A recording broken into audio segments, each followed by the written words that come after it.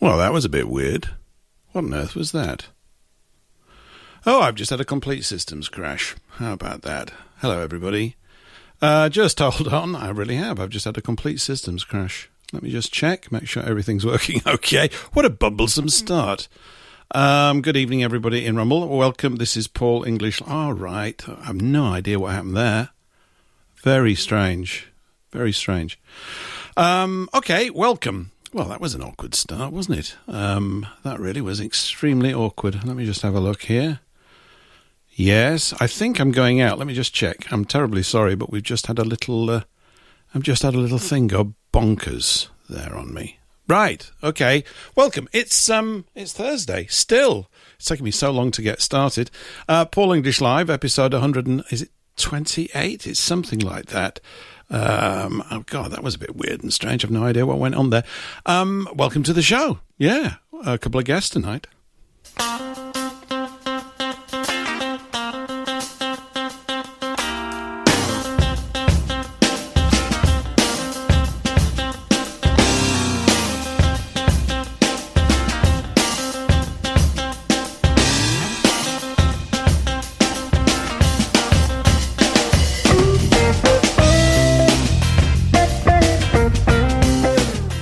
Yeah, guests, you see, they're like buses. Well, actually, we don't wait forever for them.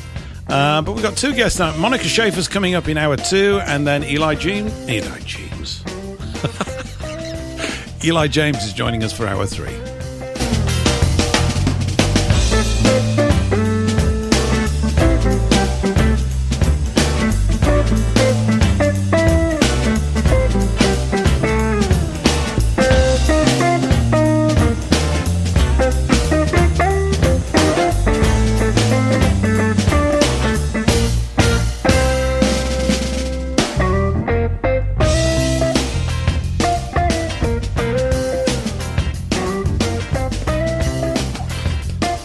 Calm down now a bit.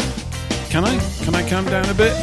Where are we now? We're at 3 minutes past. We should have started nearly 2 minutes ago. Something went supremely bonkers just then. I have no idea what it was. I didn't even do any changes, honest boss.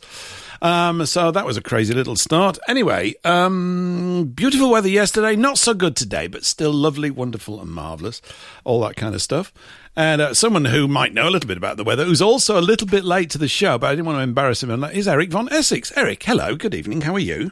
Good evening. I've got a note from my parents, and I'm blaming it on the computer. I don't know quite what's wrong with it today, but it's on a go slow. So I switched it on, and it was just, and I had to reboot it, and I felt like booting it out a window. But anyway, sorry about that, but I'm here, and to prove it, I've arrived. So there we go. Well, this is good. I don't know what's happened to the weather today. It's horrible, isn't it? It is sort of... And apparently it's going to be nice tomorrow afternoon after a lot of rain. Well, one day on, one day off. That's how we like it. Right. And I went to give my bikes an airing this afternoon, to open the bike shed. And I had to sort of put my boot up on the side of the it's a wooden shed. And it's rained so much, the whole timber structure is sodden with wood. I just couldn't get the door open. I've been chiselling away at it, trying to, and also my back gate, can't get that open either. That's not a euphemism. I've never known it to be so wet. No. Good. I like that. Yes. I've got a back gate too, Eric. Don't we Have all? You really? Yeah. Yes. And yes. So my door situation at home is getting really, really desperately sad. So So is mine. No, we've got two doors on. Actually, we've got more, but we've got one at the main entrance door, and I've got one at the back. The one at the back has needed repairing for about 15 years. No, it's longer than that. I dread to think. It's absolutely ages. It sort of sheared off of one hinge, but it's hung on by one hinge for about 15 years. It's quite a safe area, of course. Famous last words until we get robbed. Anyway, then the front door swells up because it's got a crack in the bottom. We need a brand new front door. So when it's raining, I can't get the door open. So that's both front and back door are slightly compromised. And then I have a connecting door, my back door, as it were, between the front of the house and the radio shed here. So, because I can no longer close the back door because it's hanging on one hinge from the outside, only from the inside, I have to go out of the front door, come around the house, go through the side door, or the back passage, as it were, and come into the radio You don't want to shed. go up the back passage, do you? No, no. You know, I just thought I'd feed you a few lines because I know how your mind, I know how your mind might possibly be working. Yes. And that's it. Anyway, the other day, I was in the shed. I came out forgetting that I'd locked the back door, so I couldn't get in. So I had to go back through the side gate. It's wonderfully complicated. I hope you're all keeping drawings and schematics at home as you're listening to this. So anyway, I had to pull the door open. Unfortunately, in pulling it open, the latch that came out in my hand and came right out of the door also pulled the entire support out of the door. So all 3 ground level doors don't work. All 3. But I still feel quite safe because I'm armed to the teeth with vast quantities of ammunition and bombs. No, anyway, so yeah, it's always a fun start, all that kind of stuff. It is. I mean, I've got a bit of door work to do. Yeah.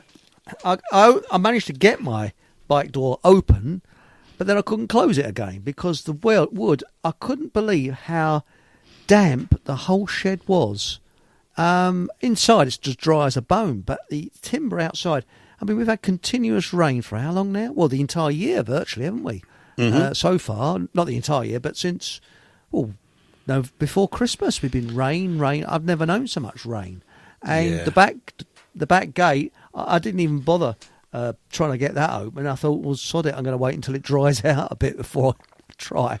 So if I go heard by Shelley bike, the other day house. banging on about the rain. She was saying how much rain. I'd not really noticed it. I think it's...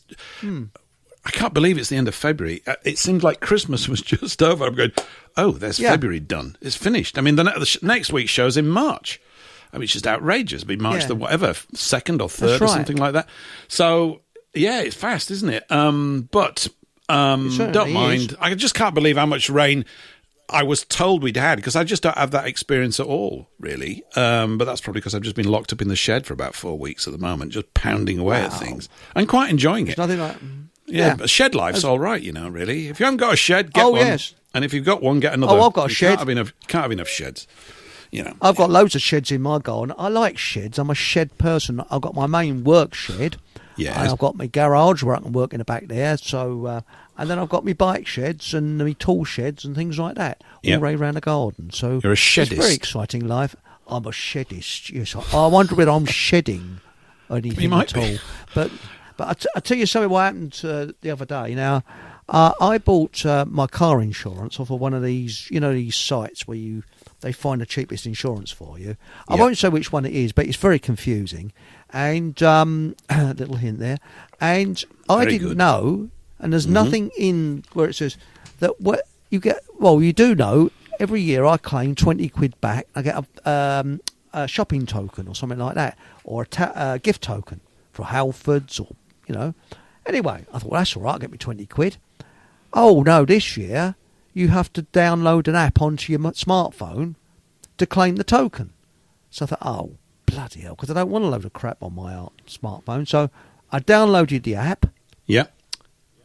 I'm going around, and then it said, I'm sorry, you've got to buy car insurance before you can claim anything. I bought car insurance, and I'm logged into the app. So I sent a query off to this firm, and I got a reply today from someone I couldn't even begin to pronounce their name. And they just sort of gave me a non-answer. He just said, you can load it onto your iPhone. Oh. So how do they know I've got an iPhone or not? And you're just going around in ever-decreasing circles. But they don't, as far as I know, they don't tell you that you need to download this app to claim your £20 token. And can't I don't have want enough that apps. telling me what... We can't have enough apps, you just need loads of them. Yeah. How are we going to possibly live without our apps? Yeah, I know. Well, I've got a diary, a paper diary, and that's where I keep all my stuff in. I don't want my phone. My attitude, my smartphone is there to make telephone calls on. That's all I want it for. And sending messages. That's telling all. phone. I don't want I know what you mean. Yes, a telling bone. Yeah, I don't want a load of tut on it. No. Well, I think you're going to be hard-pressed to have a tut-free life, unfortunately. At the moment, under current circumstances, it's a bit challenging, isn't it, really? It is a bit, yes. Anyway, I don't know if you caught what I said at the beginning, and I better do me an announcement. Look, we're 11 minutes in, sort of. Anyway, Paul English Live here on WBN 324. We're here every week. I was going to say every couple of weeks. Maybe I am. Maybe I'm mentally absent today. It feels like it. Oh, well, no mind. We're also on Eurofolk Radio, Radio Soapbox, Food for Thought Radio, Holy Land Radio, and Global Voice Network. And we're also on, of course, YouTube and Rumble, where all the chatting is taking place, blizzards of it. So and Telegram. And you're on Telegram as well, aren't you? Well, I was going to. I couldn't do that tonight. Yeah, I mean, I don't know. Something just blew up. That you were late arriving, but the thing was late starting because. Something went just bonkers. The whole screen went. I had the dark screen of death for about 2 seconds, and yet I was still getting all the sound. Then it all came back to life again.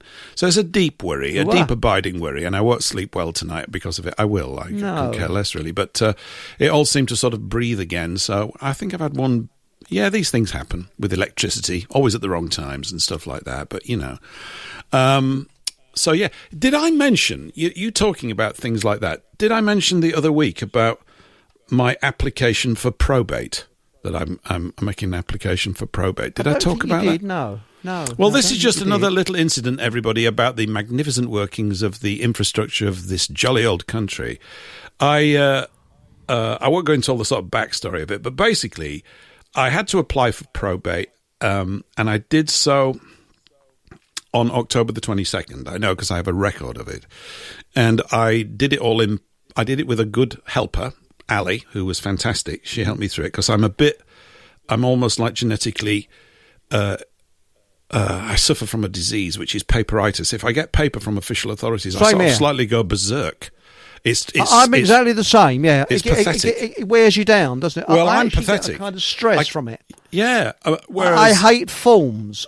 And why do we need, I don't know what it is. It just, I find it very stressful, forms, especially when you get them from governments and things. And then when I start filling them in, they're not stressful at all. But I want that initial stress because it's to do with, it's just another symptom of encroachment into what I want to do with my time.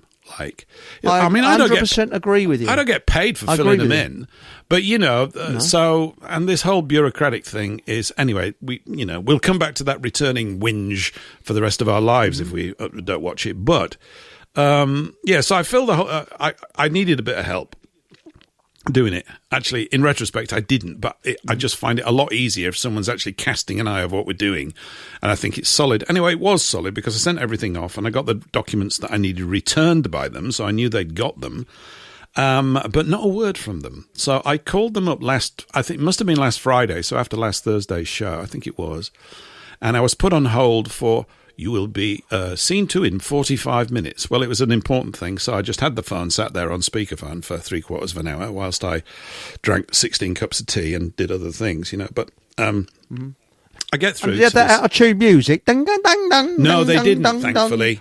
They didn't. Yes. They didn't have that. It was good. I had to call a couple of companies up. I've had some mad situations recently. It's just... Anyway, they're all sort of currently in a state of looking like they're resolved, but they're not fully yet closed off, if you know what I mean. But the signs are looking good.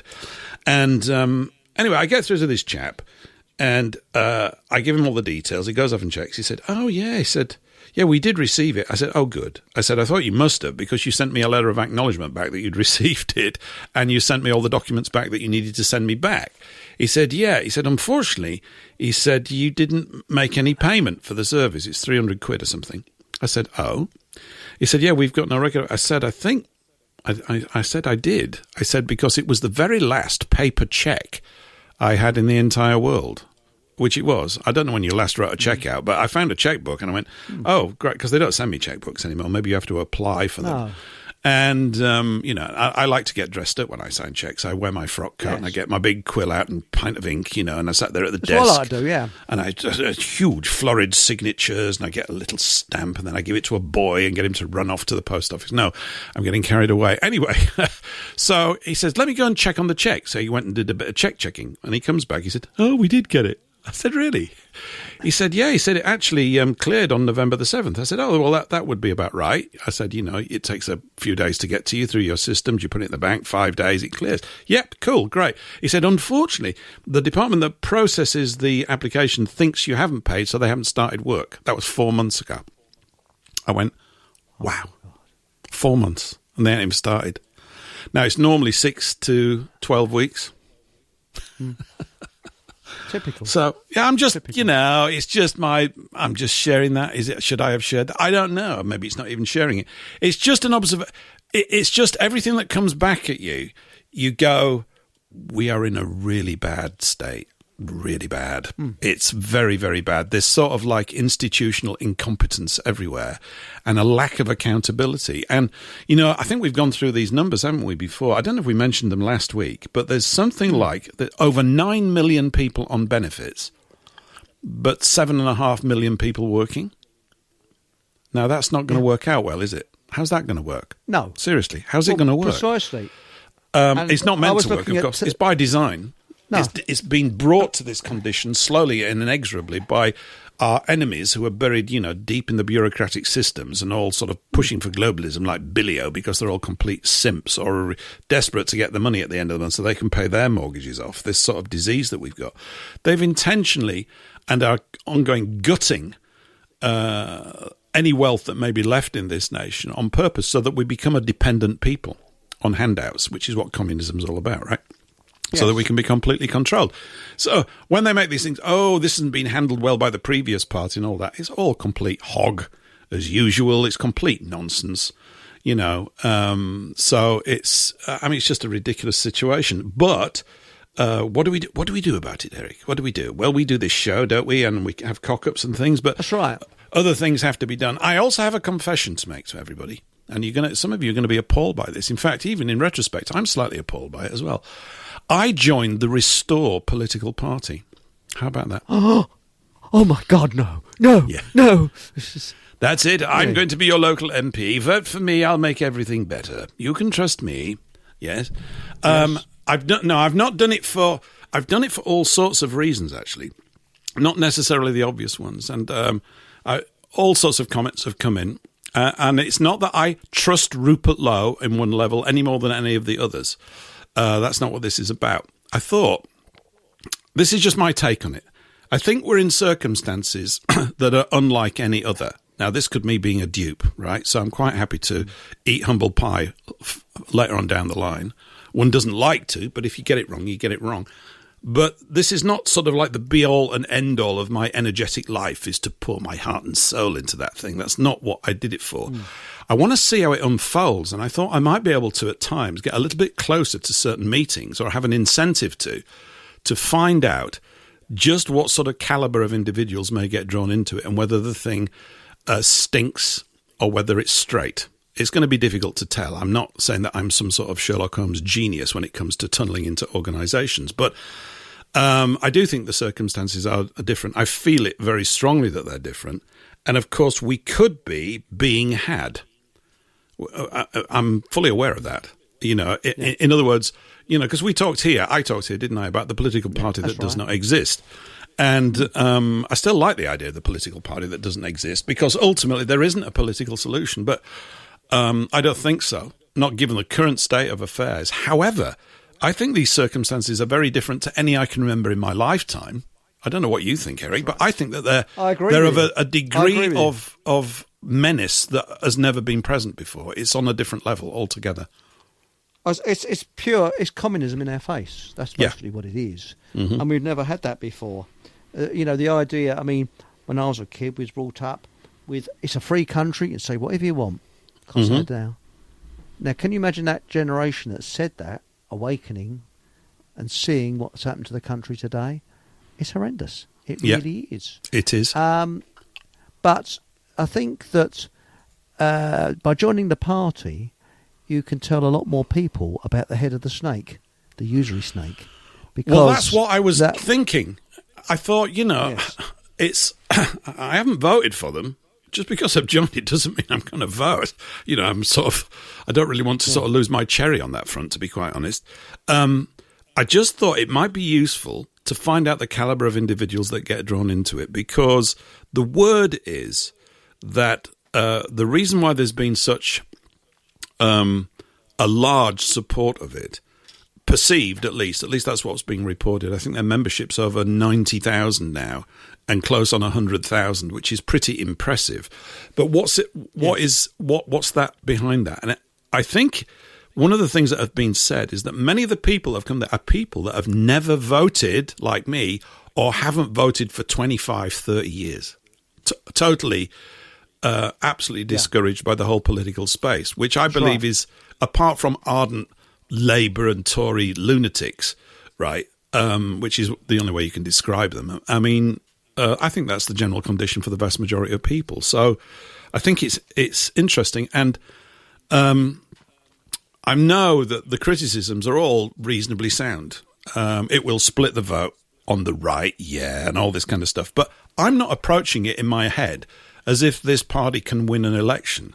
It might, but it's not something, oh, no, we're not going to get what we want, because I don't think a political party can actually provide what we want. But maybe in the form of a political party, this is all I'm looking for, is if the conversation and talking points are changed more in the direction of what his initial speech indicated.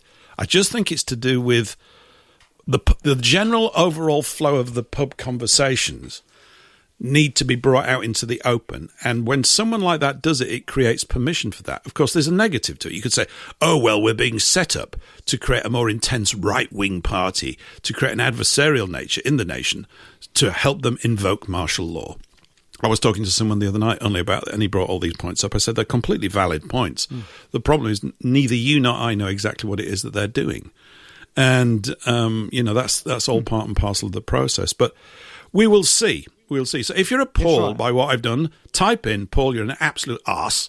And it's fine by me. I've done it really for market research purposes. I want to see if I can find things out about the caliber of these individuals and whether it's really sound or not. Because irrespective of the individuals in Restore right now, the truth is that the line of communication that he put out there is what's needed, and we need a lot more of it.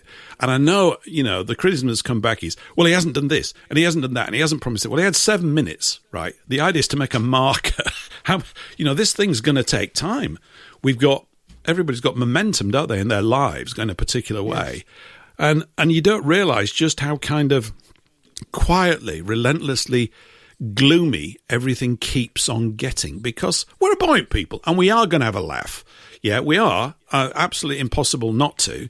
And I think you do need to hunt out good things during your day, because it really doesn't matter who's in charge. You're still going to have a chance to have a birthday party or do something nice. But anyway, I just thought, there you go, I've confessed. I think that's a good idea. Sins. I mean, did you see that, what I sent through? I sent a link to you. It's actually on my Fockham Hall Telegram channel. Yeah, I'm going to play that chat that goes round making people laugh. He goes around supermarkets, and he's got one of these things. He's in America that creates, shall we say, breaks wind. I think is the most politest way of saying it. Eric, you sending me things about wind breaking. I'm absolutely appalled. And he said, and let's face it, as I said, humour is very serious. And in Germany, it's no laughing matter, is it? I mean, no. At all. But the fact of the matter is, he says, we need more humour. And I think we're going to bring the bastards down by laughing at them. And this is what's lacking in and this is, I feel very passionate about this. We got to create more laughter. We got to be, when, shall we listen to him? We should be laughing. Let's have a listen to him, shall we? Let's have a listen. Here we go. Yeah. Do you have anxiety? If so, listen to this for a second. Laughter is not optional. Okay, it is biological warfare against anxiety. And yes, sometimes that warfare sounds just like a fart. Hear me out. This is what's crazy about this. People think that I make fart sounds because I never grew up, which kind of is probably a little bit true, just a little. Maybe that's part of it. But the truth is, I do it because most people are carrying stress levels their bodies were never designed to hold in the first place. When you laugh, and I'm talking about real, unexpected belly laughter, your body releases endorphins, lowers cortisol, increases oxygen intake, relaxes blood vessels, and the list goes on and on. It literally resets your nervous system. That's not a joke. That is biology. Part of it is a joke. And here's the part nobody talks about. Your brain can't hold fear and laughter at the same time. They compete for the same neurological real estate, so to speak. So when somebody laughs unexpectedly, even if it's for 5 seconds, their body shifts out of fight or flight. That's incredibly powerful. People spend thousands of dollars on supplements, therapy sessions, you name it. And I walk up to a stranger in Walmart and do something silly or goofy, and for 5 seconds, their shoulders drop. I believe since I was a kid that laughter should be a part of daily survival. It's not optional. Not luxury, not just entertainment, survival. Because the world is loud, folks. It's heavy. It's divided. Laughter disarms people. It connects strangers, which is my favorite part. It lowers defenses. It opens doors. So yeah, I squeeze a fart toy. There it is again. But what I'm really doing is I'm giving people a nervous system reset. And if that makes me immature, good. The world needs more immature joy, in my opinion. I agree with him. I 100% agree with him. Yeah, absolutely. Spot on. It's brilliant. We should have that. I mean, I remember when my uncles were alive, when the three of them, well, any of them, you'd literally be in pain with laughter. Seriously, you would be creased up laughing so much that you'd be in pain with laughter. And I haven't been in pain with laughter for a long time. And I think we need to bring that back. And I think we do, Eric, in a way. I think we do. It might be only 3 hours a week, and we're not laughing all the time because there's serious things to talk about. Oh, but yes, I think that's right. You know, I mean, our national culture is based on relentless sarcasm, isn't it? Yeah. I mean, it's just that's relentless. Right. It's we've developed it to a high art, really. They ought to be sort of the World Sarcasm Championships or something. But, I mean, and it's a permanent sort of buoyancy aid. It lifts you up. You've got to. You absolutely got to do all these sorts of things. Even if you're just a few minutes from the end of everything and you realise it, there's no point wasting that minute by not telling a joke. Well, that's what right. What are you going to do? I mean, I agree with what Mel Brooks said. He hates all this political correctness, and he said humour is bad taste. He said, and I've earned a living on bad taste. He said it's got to be bad taste to be humorous. Yeah, he's right. Yeah. Humour is bad taste. It is. It's laughing at people falling over and things, as long as nobody gets killed or hurts themselves. You know, you look at someone that slips in a pile of dog poo. I mean, as long as they don't injure themselves or break a leg or something, it's sorry, I'm laughing now. It's something that, I don't know, it's humour. It's just one of those things. But that poor soul, you know, he's got to wipe it off the end of his soul. He's got one foot's gone silent for the rest of the day. You know what I mean? That's it. But you know, I mean, I had a situation, and it was in Stevenage, and you know, I got out of bed the wrong way, and I don't know, I was half asleep. I don't know what it was. And I used to, because I'm a tight-fisted git, I used to park up at this main car park that was free and walk into the office, you see. And I was walking along, and a great big, looked like one of these Labradors, had just done this great steaming pile yes. poo. Yeah, good. Yes, and one foot went mysteriously silent as I was walking along. Right. And I had some moccasin shoes on. And these moccasins, it went into the stitching and everywhere. So I was walking along, and then it's Stevenage New Town. I don't know if you know, but it's got these like sort of how can I explain it? Places where pigeons can roost, and it's like. And as I was walking up towards the office there, that's it. That's the sound. I slipped. I slipped in the pigeon poo. So when I went into the office, I had one shoe full of pigeon's poo and the other side full of dog poo, and it was so bad I had to go out lunchtime and buy myself a clean pair of socks and a new pair of shoes and wash my feet in the wash your head basins in the gents' loo. That's how bad it was. Because I had to see a rep that morning. I was sitting there and we went into the office going, just to say, I think someone's just shit themselves, you know. It's just, and it was a sort of winter's morning, so the radiators were on. So you can imagine what the whiff was like coming off my shoe. But, I mean, I don't know what to say. There's not really much. There's not really much. I did think we were talking about politics, but it looks as though we're talking about politics. It's all about poo or something. Well, it's the same thing, isn't it, really? No, I think so. Yeah, maybe it should be renamed politics. Yes. And because it's that kind of stuff. But no, you don't want any of that going. But he's spot on. Absolutely, it's a great little clip. Thank you very much for that. That's great. Yeah, that's okay. Stuff. And I think we need more people like that. And what he does, he just goes around Walmart with one of those sort of things. They call them pooters, and people. You ought to see people's expressions, and he remains perfectly serious, as if it's just very clever the way he does it. He's earning a living out of it. I mean, if he had a CV, what would he say? On it, what do I earn my living on? Breaking wind, and that's what Lepetamine did, isn't it?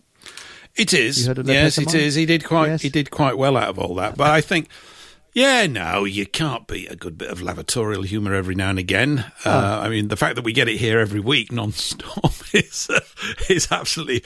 It just comes with the territory, doesn't it, Eric? I mean, it's absolutely fine, really. But all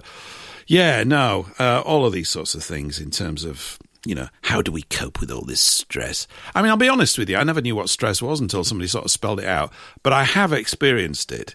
It's just that you don't know you've got it because it builds up slowly, something like that. And it sounds like it's a tragic condition. But it's true. People are under a kind of type of psychological pressure that civilian populations have never experienced before because it's a relentless sort of erosion of a nibbling away at everything. I was just watching something earlier today from Swilliamism. The guy that goes around and does all the... yes, about Sainsbury's. Yeah, it's very good, wasn't it? It's excellent. Excellent. Yes, I like him. He's good, he is. Yeah, he's very good. But the thing is, you see, that's the thin end of the wedge, because wherever you go, you come home and you find you've been fined so much for walking down the cracks on a pavement or crossing the road at the wrong time or anything like that, And if we just go back even to this situation where we've got supposedly 7.5 million working and 9 million receiving handouts from the government, that's divide and conquer, isn't it? It's just done in such a subtle way, and it's not opposed because everybody agrees that maybe the super needy need to be helped. Yeah, fine. But all of these sort of conventions, well, I suspect but is it going to the right sorts of people? Then you get swamped by the detail, and you can't sort it out. You can't. It's just impossible. It's just the scale of it is just colossal. It's a virus that's been building up for decades, if not centuries, but it certainly is a virus. And I think the main root, what's happening is that people's capacity to think for themselves. I'm not including everybody here. You're all on the ball just by rocking up here and wanting to at least try a bit of thinking. Do you know what I mean? That's what I sometimes go, I'll try and give it a go. Let's see if I can get the old noggin to actually see something. But that's the great challenge. I mean, I mentioned, didn't I, a couple of months ago or whatever, about reading books. I'm currently reading The Brothers Karamazov by Dostoevsky, and I'm about 50, 60 pages. It's brilliant. It's really readable. Everybody goes, that must be a right highbrow book. You should read that Russian stuff. It's absolutely fantastic to read. I'm serious. I don't think I'm not being a knob when I say that. It's not tortuous and complicated. It's the insights of their thinking that come across. They think differently, and they think in a very revealing way. Dostoevsky does anyway. I can't say they all think like that, but Dostoevsky is very gifted, and it's got some wonderful. It's just his observations about character, and it trains you to do this. And I do think, the AI thing. All of these things they've just been coming together in my head recently. The AI thing has both good and bad points. The bad point, one of the bad points that looms large, is if you are capable of doing your own research and reading, you are in a position to possibly use AI in a way for your willpower, how you want to see things come. There's lots of grindy little technical things that I'm currently involved with. And honestly, I really would like to just talk to a machine and say, do this, get that sorted out, all that. Yeah, done. Right? Because you're actually spending days. I mean, I've thought this a lot about computers. We've had them knocking around when the PC came out, 84, and supposedly these things were going to save a lot of work, but they haven't. They've led to an amplification of bureaucracy. And if you want to use these things, you have to get somebody, a specialist, and pay them a lot of money, or you used to up until the arrival of AI, and many of that stuff's, much of the sort of bread and butter website building thing is already done and dusted. People can't be bothered with all that, fine art. You don't need all that stuff. The idea is to just make connections with people and move it on. But the benefits that it could bestow have never come this way because of the intermediaries who've redirected it for their goal. And their goal is to chew up the substance of Western civilization. Obviously, because that's what's happening to it. In spite of all these brilliant things that have been invented and come out of our space, the actual end benefit to the people appears now to be a minus, because they've taken hold of these technologies and are using them to actually subdue and subjugate the people even further. And I thought that Swilliamism thing was brilliant. I remember reading a thing, I think it was called Prison Planet. I think Alex Jones had a station, didn't he, or a website called that. But I remember reading a document even before Jones was on the scene, probably about 98, written by some English guy, talking about the complete transformation, slowly but surely, into a kind of controlled grid, a big cattle tax farm, which is what it is. And you can see in that latest visit that he took to Sainsbury's, and it ain't just Sainsbury's, I'm not picking on them, they're all in on it, right? Oh, really? How they are using weaponized PR and fear-mongering. You mentioned this, I think, Eric, the other week. You're talking about all these warnings that you see everywhere, right? Watch out, there are thieves about. Yeah, we know they're in the government. We don't need a warning about. But it's this bombardment in your eye line that's subduing people. Everybody is to be put in a state of mild and ever-increasing anxiety about their welfare from threats that don't exist. They don't exist. Not in any meaningful sense at all. They're not there. It's crap, but it's going to become real in people's heads. That's the real power of it, tragically. Well, you look at the amount of blood wagons that are around today. When I made blood wagons, I'm talking about ambulances. That's the term we used to use. Okay. And on the side, and it's not a rare sight now. It's rare when you don't see one. And there's one parked up the other day, and it's got sepsis. Worry about sepsis all over the side. All the nasty things you could suffer from, and it's all negative all the time. Yes, these diseases have always been around, but I was looking at a YouTube today that someone sent to me, where, did you know that before 1913 there's no such thing as income tax in America? Didn't exist. I did know that. When they started the Federal Reserve, I did. And I was also looking at something I disagree with, though, with Richard, which is very rare. Richard Duflop, I can't think of his name. Richard Vobes. Oh, right, okay. Now, the birth certificate was introduced in 1837 in this country, but he was saying it's 1830. I don't know whether it's because it came compulsory in 1930, but it was 1837. And apparently now, I haven't looked into this, so please, I could be wrong, that all birth certificates were introduced throughout the world. Almost every country introduced them about the same time. I've just seen, I haven't had a chance to listen to that. That popped up on my feed today. He's just done a thing about that, hasn't he? Yeah. We have a lot of work to do. You know that we've got a lot of work to do, everybody. I hope you know that. I think the main problem is people don't know what work it is that they're supposed to do specifically. It's getting guidelines, really. There's just everywhere you look, you'll get overwhelmed by it and you will need a beer or something. You will need one. That's right. I've advised people about, we were talking about this, Paul, and I was talking very briefly to Miles yesterday, that to do the Fock and Paul Times, you can actually speak into a machine. It's Google Docs, and you just talk, and it will type it, and you can actually type 5 times faster. You don't have to type, so you can be doing the washing up, and you'll be dictating to it. Unfortunately, my brain doesn't work like that. I have to do it, tap it in. What you need, Eric, what you need is a new brain. I need a slave. You need a new brain. A reconditioned one. Get one. Well, actually, I was going to buy have one on Amazon. And surely. I know that Keir Starmer's selling his and it's the most expensive one of the lot. And I said, why is it so expensive? He said, well, it's because it's never been used. Sorry. Yeah. Some nice comments here. Soma Coma says, Swilliamism is very interesting. He's representative of a lot of people's discontent. He is, and he does it in a very articulate and well-mannered way. You know this sort of vaunted characteristic of the English and of people of these islands that we're very polite. I actually think, along with laughter, it's one of our killer weapons. I'm serious. It's so disarming, is politeness, particularly when you're in a heavy situation. Saying please and thank you and being courteous has tremendous power. You're like, no, it doesn't. Yeah, it does. It's a bit like getting organised. Have you seen The Shooting Party?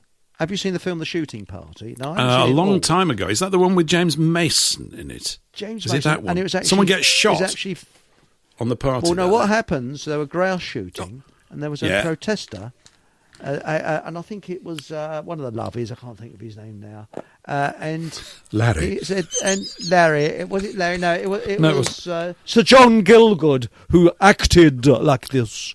And he was walking along, and he protests against these.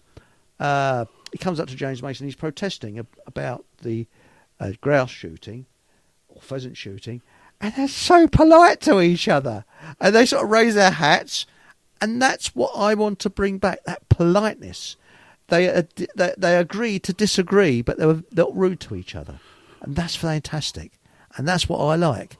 Well, I think the way we bring it back, polite Eric, to each other. Yeah, I agree with you. I mean, I do need to dress a little bit more smartly now, but I'm getting in the space of doing it. I do need to start looking like a sort of, like I'm a grown-up or something. But whenever I'm out and about, I am sort of almost obsequious in my politeness. I'm not really. But I'm not, because that would come across as completely smarmy and revolting. You know what I mean? Like a real slime ball suck-up. I don't do that. But I just think it works. And I've noticed...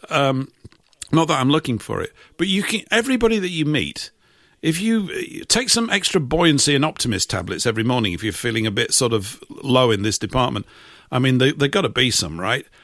It just works to send out a smile. I know these things sound corny as buggery, but they're not. They're the glue that have bound us together, and they're going to try and get contagious. at that too. Yeah, they are contagious. Well, I went for a walk. There's a joke with that word, isn't there? But we can't say it on air because it's very foul. It is very rude. But it's very funny as well, isn't it? Anyway, everybody just filled the joke in their head, so we told it anyway by telepathy. See how it works? Brilliant. Yes, brilliant. But I was I went down to the local supermarket, which is a fair trot. It's about 40 minutes walk, and I spent a bit too long there wandering around. And it got dark, you see, and I thought, oh, bloody hell. And I got a long walk back, and I was walking along, and I was a bit peed off. Yep. And there was, and there's not that many people around, but there was a road junction, a bit difficult to explain, but there's a lane, and there's a car coming out of this lane, and you had to walk around the car, and there's a very narrow path where you could walk. And I think there were a couple of Jehovah's Witnesses. I don't know. And I stood back to let the people through, this husband and wife, and this woman with this fantastic smile and the kindest eyes ever said, "Thank you, sir, that was very kind of you. Bless you." I thought, wasn't that? And that really made me feel good. I felt a bit down, and that boosted me up, just saying, "Bless you. Thank you, kind sir." Yeah, it is the glue that binds. It's absolutely fantastic stuff. And these are all the little precious gifts that you don't realise were gifts until they start to be plundered and taken away from you through your safety. It's always about protecting us. I mean, it's basically just an amplified psychological social engineering protection racket. There are thieves in the area. You need to be scanned. These cameras will save lives. You're bad if you go against it. You must take a jab because you're imperiling the lives of others. No, none of this is true. None of it. I see that Alice Gorgeous is in rather a feisty mood. What did she write here? She said, AI is a lying little... Oh, I couldn't possibly say that on air, Alice. It's loathsome. Oh, good grief. I know exactly what you mean. Where did that come from? Did you hear that voice, that disembodied voice, Eric? What was that? Yes. What's going on? Am I hallucinating audio? I love Alice Gorgeous. I love Alice Gorgeous. She's fabulous. Yeah. For some unknown reason, I can't get onto YouTube tonight. I don't know quite why. It just says, chat disconnected for me. It's because you're a troublemaker, Eric. Come on. It could be, yes. Yeah. Strange, isn't it? It is. Good grief. I could reboot it, or boot it out the bleeding window. Anyway, let me read. Anyway, she said that. I just want to comment on this AI thing. I completely get where you're coming from. I was listening to the Quash podcast a little bit earlier today. I don't know if you know who the Quash is. You remember I talked about that film about a year back called Barnum World, which is still free on YouTube. Yes. And if you didn't hear me say it then and you haven't seen it, search it out. Barnum, Barnum World. 2 words, Barnum World. It's free on YouTube. It's about an hour and 20 minutes long. It's brilliant. The guy that heads it up is also the guy behind the Quash podcast, Quash. The Quash. He's an ex-retired, highly cynical, very well-minded, great communicating lawyer from the United States of America, which is where Paul's from, apparently.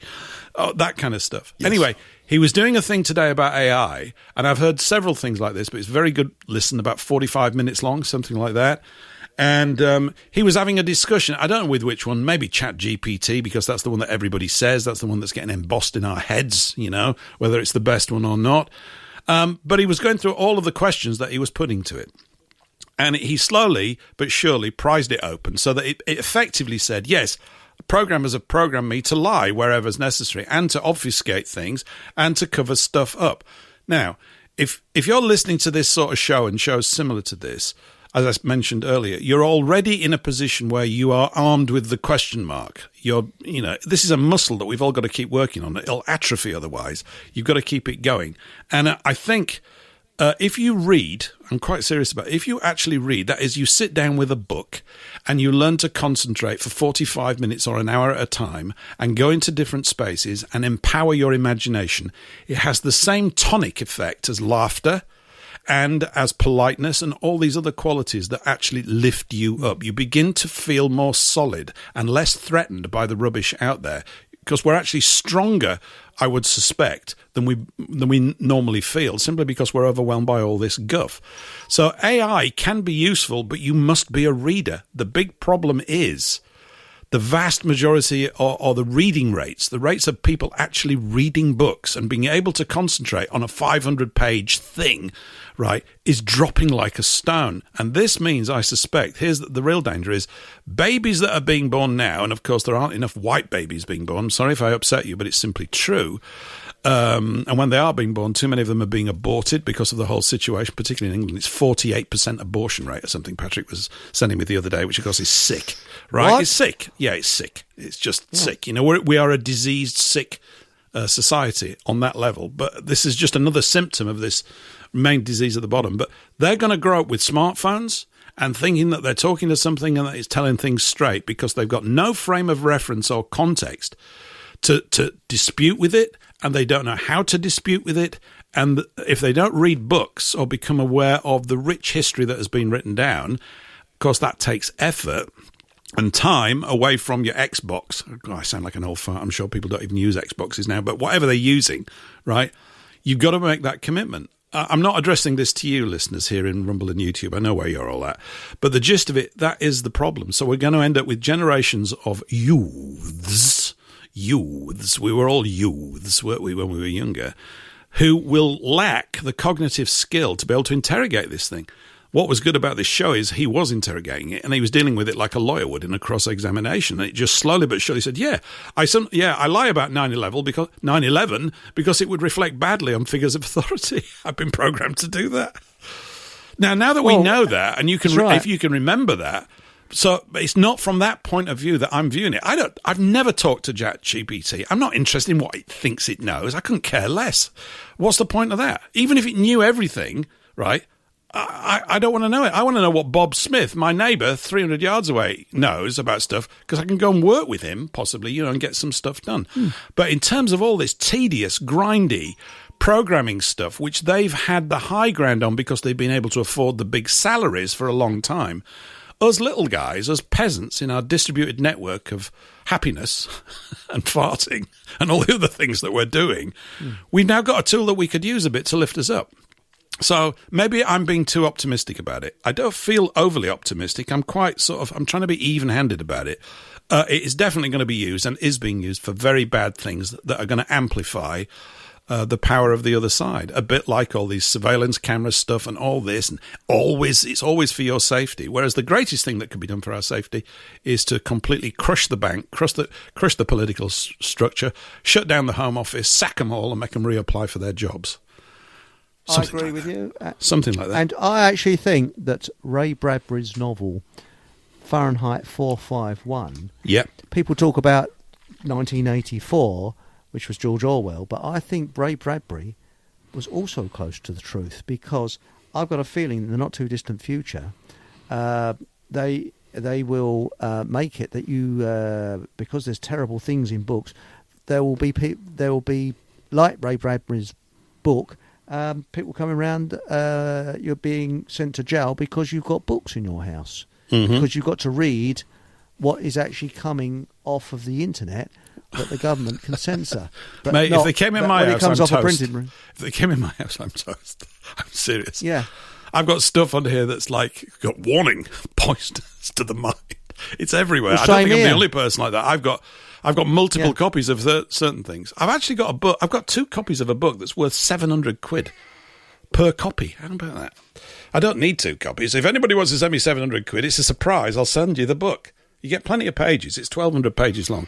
Anyway, it's about a very naughty subject. You can't talk about that, but it's. I found it very useful. Yeah, very naughty. And I've actually got something that was written by a naughty person that was hung at the end of the war. Yes. Who was English, and he was in Germany broadcasting things, and it wasn't Lord Haw-Haw. No. And he went round POW camps with a booklet. And I've actually got a copy of that, not the exact copy, a copy of that booklet, which is very, very rare on PDF. Now, we're coming up to the end of the first hour, and Monica will be here for hour 2. Monica Schaefer is joining us for the second hour, and Eli James is joining us for hour 3. So we've got a right old party tonight. Our Eli. Yeah. By the way, has our Eli been? Do you remember that? Has he been? I don't know, but I want to play you something. I want to get this covered in the next 7 or 8 minutes if we can, because it's particularly. Actually, we might come back to it as well a little bit later on. Now, have you heard about what happened at the BAFTA Awards? No. Okay, so a bit of context here. You know the BAFTA things. British, it's where Larry and John would have gone and all this. They get awards for being glorious. And Sir John Gielgud. Yeah, they're like the Oscars, but on a smaller scale. Yeah. And I find all of these self-congratulatory, celebratory moments for the great and the good vomit-inducing. Just particularly when they want to lecture on social mores and all this kind of stuff. Please go and jump off a cliff. It's exhausting. Anyway, they had one this week, and a film. The main actor for the film, who comes from Yorkshire, I think, from his accent, certainly his acceptance speech, he was playing the role of a guy, I think it's Stephen Donaldson, I might have got his surname wrong, I apologise, a Scottish fella that suffers from Tourette's, okay? And he suffers from the Tourette's, which is a particular branch of it. I forgot, if I can find the word, it's a very interesting word, it's like caprilia or something like that. Where anyway, it's the version of Tourette's that makes them blurt out verbal obscenities, right? Yes. Anyway, because the film was based on his life, he was in the audience, right? He was in the audience, and 2 American African gentlemen were at the lectern speaking, and this is what happened. I'm just going to play a little bit of this. Tonight, that's BAFTA Awards host Alan Cumming reading a statement written by BAFTA addressing the audible outbursts during the ceremony. Do you have anxiety? If so, let me just get to this clip. Here we go. Here it is. You may have heard some strong and offensive language tonight. Do you have anxiety? You may have heard some strong and offensive language tonight. That's BAFTA Awards host Alan Cumming reading a statement written by BAFTA addressing the audible outbursts during the ceremony from John Davidson, a man living with Tourette's, which included shouting a racial slur at presenters Michael B. Jordan and Delroy Lindo. For a vital part of movie making. We're here to celebrate. Tourette syndrome is a disability, and the tics you've heard tonight are involuntary, which means the person who has Tourette syndrome has no control over their language. Well, watching from home, BAFTA... So he was in the audience, and he said the N-word, right? You might have heard it just briefly in the background there, in that clip. Did you catch it? Mm-hmm. He said it more than Just once. about, it went out live on nugget, air. wasn't it? Yeah, nugget, I think is the word, isn't it? Well, whatever, right? Yes. Yeah, whatever. Anyway, there's some. There's been a lot of hostile response to him. Some insane responses. Now, I know Tourette's is difficult for most of us to even understand what it is, but there've been some great defences of him from people who've suffered from the same type of Tourette's. This involuntary action to say the worst thing you could possibly say whenever you're sort of in this sort of situation. And so he said the thing that is the last thing that you would say in a situation like that. That he can't help it. It seems absolutely bizarre, doesn't it? And we all have a wry chuckle about these sorts of things. But some comments underneath the YouTube video, which I just took that, I'm not going to play the whole thing. He said, someone commented, said, maybe we should put this into some context. He actually shouted F the Queen when he met her in person. This is true. It's absolutely true, right? And it, you know, it's just an amazing situation. She forgave him because she had been forewarned by her advisors that this was likely to happen, right? And it did. So he does it all the time. And I've actually seen the clips of him on YouTube going around supermarkets just effing and blinding at everybody. And they're like little explosions. Well, I'll just get some margarine, and it's just bang, the word comes out at such volume. And then he carries on. He doesn't even know he said it. It's the strangest sort of thing. And I've got a relation on my wife's side, great guy, Stuart. I've mentioned it here before. He's got it. He's got Tourette's. Now, he doesn't have that language thing specifically, but it does occur. I mean, when he used to come round here when my lads were young, this is like 20 years ago, we had to cover their ears up. I couldn't stop him. We would laugh. But I said, whoa, hang on just a minute. Put my hands over their ears. Because he'd just go off for sort of 30 seconds, just absolutely, like down a coal mine. It was tremendous. Yes. And anyway, but a lot of African Americans have really attacked him and said, what? He had to say that word. Yeah, that's the whole point of it. Because that word, it's not a point, because that word would be, and is seen, certainly under those circumstances, the most distressing and rotten thing you could say. That's why he said it. He can't help it. It sounds absolutely bizarre. He's racist. Are all these Tourette's people racist? It's like, what? Yeah, I mean, I don't know what you're going to do. And even some African Americans who've got the same condition. I saw a young girl who'd got it quite bad. She had a physical twitch as well. She was basically defending him. She said, I've got the same thing. And she did, a big sort of jump and all that kind of stuff. It must be quite exhausting to live with. It must be awful. But there's a chap on YouTube that actually sings songs with Tourette's. And it's hysterical. Yeah, I don't believe in laughing at people that are disabled, but he does it himself to make people laugh. So that I think that's okay. But I saw a documentary once. This was when my father was alive. Yeah. And we was both watching this documentary. Sorry. And I'm going to be very polite the way I put this, because I realise it's a family show. And there was there's a group of poor souls that have got this Tourette's going on a coach trip to France, because there's a chap in France who's leading authority on Tourette's, you see. And they're going along the road, they're all sort of doing these nervous twitches and saying these rude words. Well, they go to this university and they're all sitting around this lecture room, and suddenly the most goofiest idiot, sort of, shall we say, academic you could ever wish to see walked on stage, who is this leading authority on Tourette's. And he had, you could always tell someone's slightly not quite right. His trousers were about an inch or two above his ankles. You know what I mean? A bit like mine. That type. Yeah, slightly flared.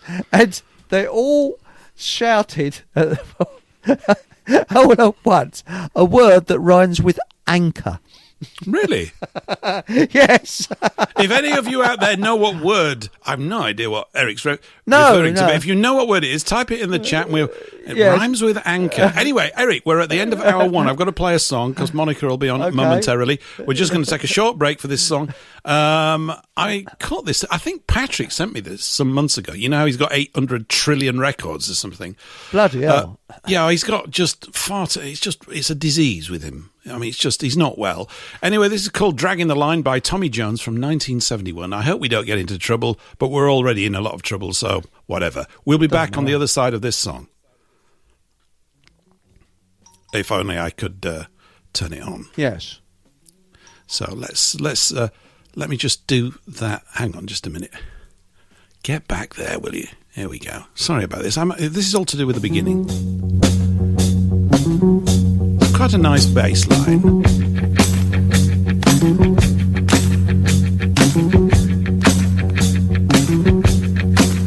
Making a living the old hard way, taking and giving my day by day. I did snow and rain and bright sunshine. Dragging the line, dragging the line. My dog Sam is purple flowers. Ain't got much, but what we got towers. We dig snow and rain and the bright sunshine. Dragging the line, dragging the line, dragging the line, dragging the line. I feel fine. I'm talking about peace of mind. I'm gonna take my time. I'm getting the good time. Dragging the line, dragging the line, dragging the line. Loving the free and feeling spirit of hugging a tree when you get near it, digging the snow and the rain and the bright sunshine. Dragging the line, dragging the line, dragging the line, dragging the line. I feel fine. I'm talking about peace of mind. I'm gonna take my time. I'm getting the good time. Dragging the line, dragging the line, dragging the line, dragging the line,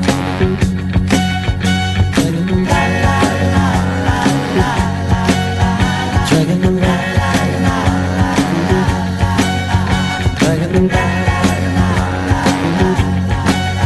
dragging the la la la, dragging the la la la, dragging the la. Thank you for listening to WBN 324 Talk Radio. We now need to advise you that all shows that air on our network are strictly over 18 years old. Thank you for listening to WBN 324 Talk Radio. Yes, the shows are over 18 years old. Anyway, did you like Dragging the Line, Eric? What do you think about Dragging the Line? It was quite nice, that. Yes, I quite can't liked say that. I've heard. I never heard of it before. No, I mean, I heard it for the Yeah. first time today. It was just in the store. I clicked on it. Yes. I went, I quite like that. So there you go. Even I don't know what we're going to listen to. Anyway, something that we're going to listen to now is Monica Schaefer, who's joined us all the way from sunny, beautiful, snowy, beaver-ridden Canada. Monica, hello. Welcome to the show. Hello, thank you. 800 trillion records. That's quite a collection. I'd like to see that. Yeah, it's That's what okay. you So think. I exaggerated. It does happen from time to time. I think it's like 800,000. I'm serious. I mean it. It's mad. He comes from a great big recording. He's not mad. It's just a thing. I think he comes from a great big. He's got a lot of knowledge about the history of the sort of the recording industry, and he just That's wonderful. yeah, he's got tons of stuff going back to like 1914, the first recordings, of this, that, and the other. So all this. You're kind of talking stuff. about Patrick, are you? I'm talking about Patrick. Yeah, I am. Nice. Very, very nice. I'll have Yeah. to ask him about that one day. Yeah, you should. How many records have you got, Monica? That's what we want to know. How many have you got? Oh, I regret to say that in my multiple moves and whatnot quite a few years ago. If it was now, I would hang on to the turntable and all the old vinyl, but we have quite a lot in our family. Good records, good classical. We had the whole suite, or whatever you would call it, like the whole set of Beethoven's symphonies and all kinds of things on vinyl. And I know my father was always really adamant that we the turntable and the needle, and it was just so critically important that we have the lightest possible needle and have it set just right so that it wasn't going to scratch the record, and then putting it on and off. It was an art. Yeah. And so we were schooled in that, and then now it's gone. I don't have any of that anymore, sorry to say. You're a bit crackly, Monica. I think you're a bit Am crackly. I? Yeah. Can Can't you be hear it, crackly. Eric? Have you Yeah, got a no, crack? I can hear a very... No, I can't hear the crackles. right. She sounds loud and clear. By the way, hello, Monica. Good Hello, evening. hello, Eric. I hope I was. Maybe my elbow was on the table, scratching the table or something. I don't know. Oh. Is it better now? Yes, it might have been me. Sounds If Eric- right, yeah. Oh, it's still coming back. Yes. I don't know. If you're hearing crackling out there, I don't mean pork crackling. Just let us know in YouTube and Rumble, will you? I don't know where it's come from. Yeah, you're not normally crackly, Strange, are you, yeah. Monica? You're normally an uncrackly sort of person, really. By the way, have you got snow where you are, or is all the snow melted? Is it all gone? It was gone, and now we had a fresh snowfall last night. It was almost rain. It's so warm, and right now it is above zero. Oh, that's the Celsius, I should. So it's, above freezing point. But it is a white world right now, which I'm enjoying very much. I just came in from a walk with my nice dog, and enjoying the snow at this time of year. I don't like it when it's all gone and gray, and there's no leaves yet. So really, we should have snow, right? Yeah. Yeah. How many records do you have anyway, Monica? That's what we want to know. How many have you got? Well, I was just saying I got rid of all that. I don't have any records anymore. I don't know. I'm about to get rid of all mine, No, don't do it. Don't do it. Hang on to them. Why? If I had Why made that, if it Yeah? was a decision now, like I think it was, oh gosh, maybe how many years ago was that I got rid of all that? I guess 10 years ago or so. And if it was now, if I was to do it over again, I would hang on to that stuff. Right. Really? Well, I called a pet- hi-fi shop the other day because I've got two prized possessions, which is not many really. Actually, I've got three now that I think about it. I've got a Fender Princeton reverb amplifier, which I bought in 1982. Good grief, I had to think then. A Valve amp. It's absolutely magnificent amplifier. It's great. And all the guitarists used to want to nick my amp when we played. Because I used to mic up my harmonica. I used to do all the singing and belting all that sort of stuff out in my younger days, which was a lot of fun for a few years. But the other thing that I've got is the thing that we had in the 70s, all you young types out there, we didn't have computers and all that. We played cards. It was great, actually. Played cards, drank coffee, ate a lot of ginger nuts. And when we got some money, when we first got our jobs, nearly everybody spent every penny they got on hi-fi equipment. I don't know about you, Eric. That's was that right. a thing with your guys? Yeah. Yes. I've got an hour. I wouldn't say it's hi-fi, but mine was about 1985, 86. Right. So, it's very, very good. It is very nice. But the trouble is, I never use it now because you don't. It's just. Well, I've got a. This is all really rather boring, Monica, and technical, and we won't make this long. But I've got a Cambridge AR60 amp, and it cost me in 1978 £225, which was an absolute fortune. I think I took out a bank loan to buy it. And I also got a dual 504 deck, which was £115 at the time. And then later on, I bought some Ram bookshelf speakers. You can see how nerdy this stuff is. They were the most prized things I had. And when I had them at home, my dad used to go crazy if I actually put the speakers on. So I had to invest in an extremely expensive pair of headphones, Sennheiser headphones. They were £55 back then. These were bloody fortunes, every penny I'd got. But fortunately, all your mates were all buying albums, so we're all just basically lending albums to one another. This went on for 3 or 4 years, actually, all this kind of stuff. It was a lot of fun. But the amp and the deck I've still got with me. So I've had them nearly 50 years, 45 years. Yeah, about 45 years. I mean, if they're 40 years, yeah, something like that. And yes, 40, yeah, 40, all that kind of stuff. Years, yes. And there's a hi-fi shop in my town. There's a hi-fi shop. There aren't many of them around. I called them up the other day, and I said, do you do an MOT on amplifiers? I said, it needs a service, I think, because it's starting to crackle. And they went, is it? I said, yeah. They said, well, we can have a look at it. He said, what amp is it? So I told him, and then we got talking, and he was of a similar age, and he was a nerd, and I sort of quite enjoyed a little sort of 10-minute nerd chat with him about these things. And I've been past their shop, and it's pretty impressive. You go in, you can spend tens of thousands of pounds on this stuff, for these people absolutely obsessed with it, a bit like Paul here on the line, and rightly so, because it's an absolute delight when you get it nailed. It's fantastic. But yes, I'm taking it in tomorrow, I think, and it might cost me about 150 quid, which I'm quite happy to spend to get it, because it's travelled with me everywhere. It went through during the 80s when I was working in London. I moved from 84 to 89 over a 5-year period. I was in 20 different flats. I was moving every 3 months. 20.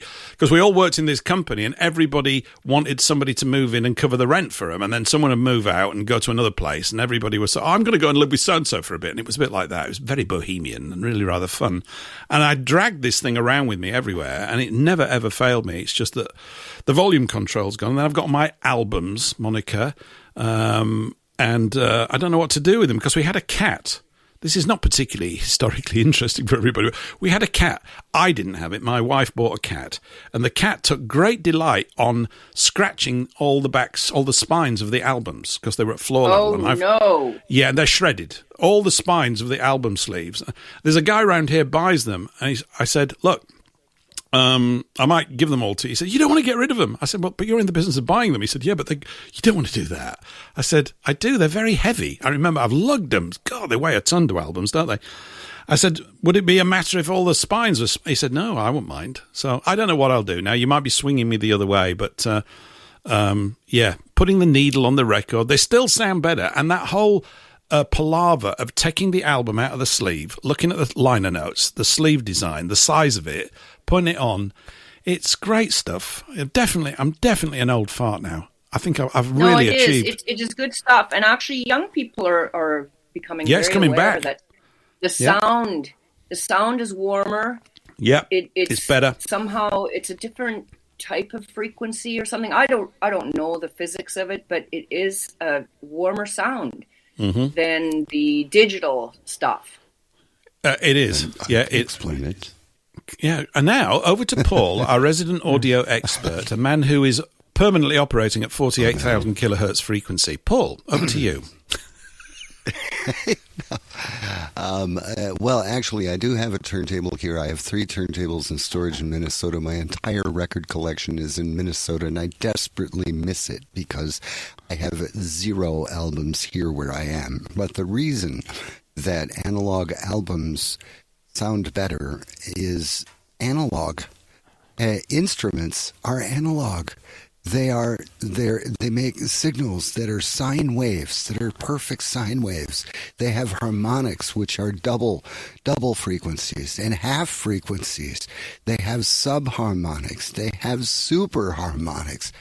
And when you take an analog signal and analyze it and digitize it, you are taking a very narrow band of the signal, only that signal that you can hear, and you're creating a digital footprint of that, so a D2A, a digital to analog converter, could recreate that original analog signal. But it never does it perfectly. It doesn't address the harmonics. It doesn't address the subharmonics. 2/3 of the music is gone. If you have the original album, the original vinyl, and a decent turntable with a good cartridge on it and a fairly powerful amplifier, you will be much happier with your music than you ever will with the most expensive, outrageously nuts DVD player or CD player that you could possibly buy. And that's my story, and I'm sticking to it. I think you're right. Thank you for that wonderful explanation. That was absolutely beautiful. Thank you. Yeah. Thank I you. think You I'm the are only right person on- suffering you're right the on the mark. crackling, by the way. I think it's just me. You're not hearing crackling. I wonder if anybody, if it's going out on air. My recording's buggered right now. It's just full of crackles. Am I crackling when I talk to you? I don't know what it is. It's okay. No. Paul's backing me up because he's just amazing. Well, except for there's something going on with the music. I think you've got noise reduction turned on in your feed to StreamYard. No, because that was the music is something doing else. that. You know when your Windows sound settings get hijacked by an application? Well, mine That are all would turned never off. happen. The whole system says do not hijack the sound settings, and they keep getting hijacked all the time. And I'm getting quite cross with Windows. It just will not do. Look, I set you like this. Now stay still. No, I'm going to improve things. You know, all that kind of stuff. Yeah. Alice Gorgeous, you know, she writes and she says, I dated a DJ for a minute. A minute? Less than the sound of the length of a single. He was a commitment phobic train wreck. I like that.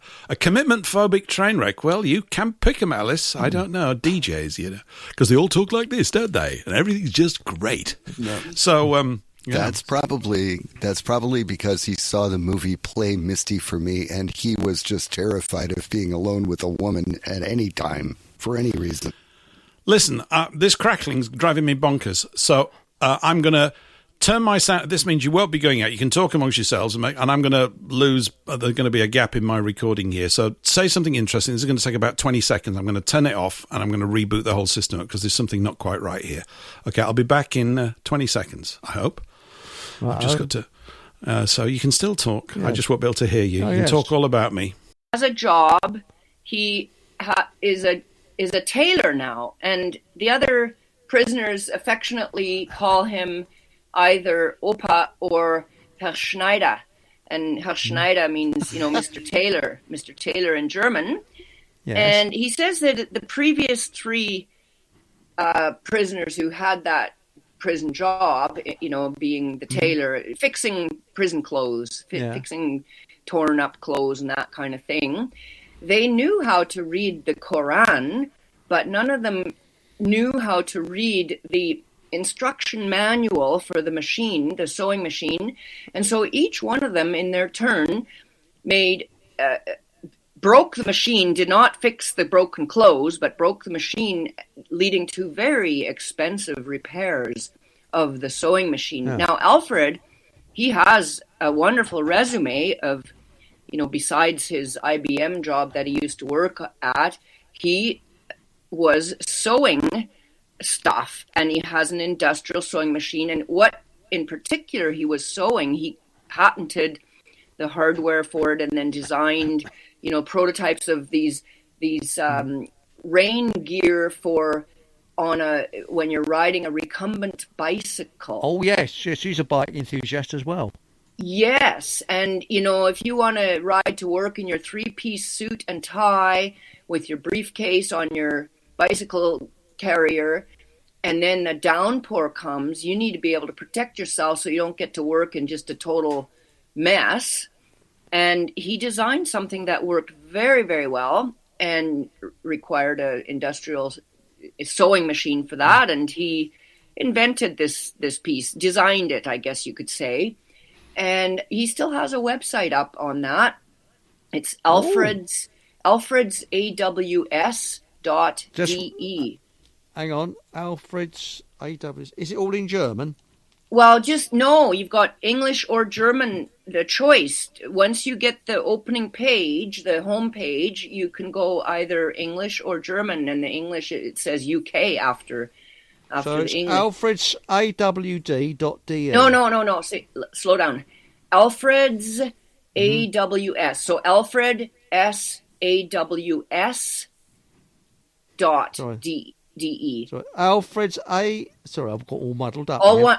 one. Like stands for Alfred's All Weather Solutions. Ah, I got it. AWS.de. That's fascinating because I've noticed what is big in Germany now is these electric cycles. They're putting caravans on them, lightweight ones, and there's a lot of German websites or on YouTube rather, a lot of German YouTubers that are making these very lightweight caravans. And the good thing about it is you can go where you want, stop where you want, because you haven't got a registration number on it. Right, and right. And one chap described it as like a luxury hotel with the best views you could wish to think of, free of charge.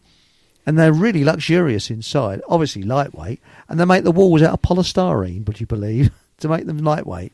And it's started in Germany, I think. It's spreading across Europe, and someone in Ireland's making them as well. So it's spreading like a sort of a nice disease, you know, of cycle caravans. Very nice. Anyway, does Alfred know when he's going to be released, or is No, that sort of... that is an unknown to everybody. Because he is concurrently serving a 10-month sentence, but at the same time, he is a prisoner, what do you call it, on remand. Like, remand, yes. There's still a trial coming up, but nobody has a date for that. And the trial coming up is for a pile of charges for the wrong word combination he has been uttering since 2022. Naughty words. Well, not the kind of naughty words that we usually describe as naughty words that, you know, you shouldn't say around children or in fine company, but just, you know, the ones that are forbidden. Yes. But it's I mean, as I was saying earlier to Paul, when I was a child, people used to say, you can say what you want. We live in a free country. Yeah. And that's what people used to say. I don't know if they said that in Canada or not, but that's what we used to say in this country. And that went out with the generation. Yes. But we know, don't we? By the way, I think we're decrackled considerably. I think there might be still a bit. I don't know what it is. I think I would have to reboot. I hate talking technical stuff. It's so irritating.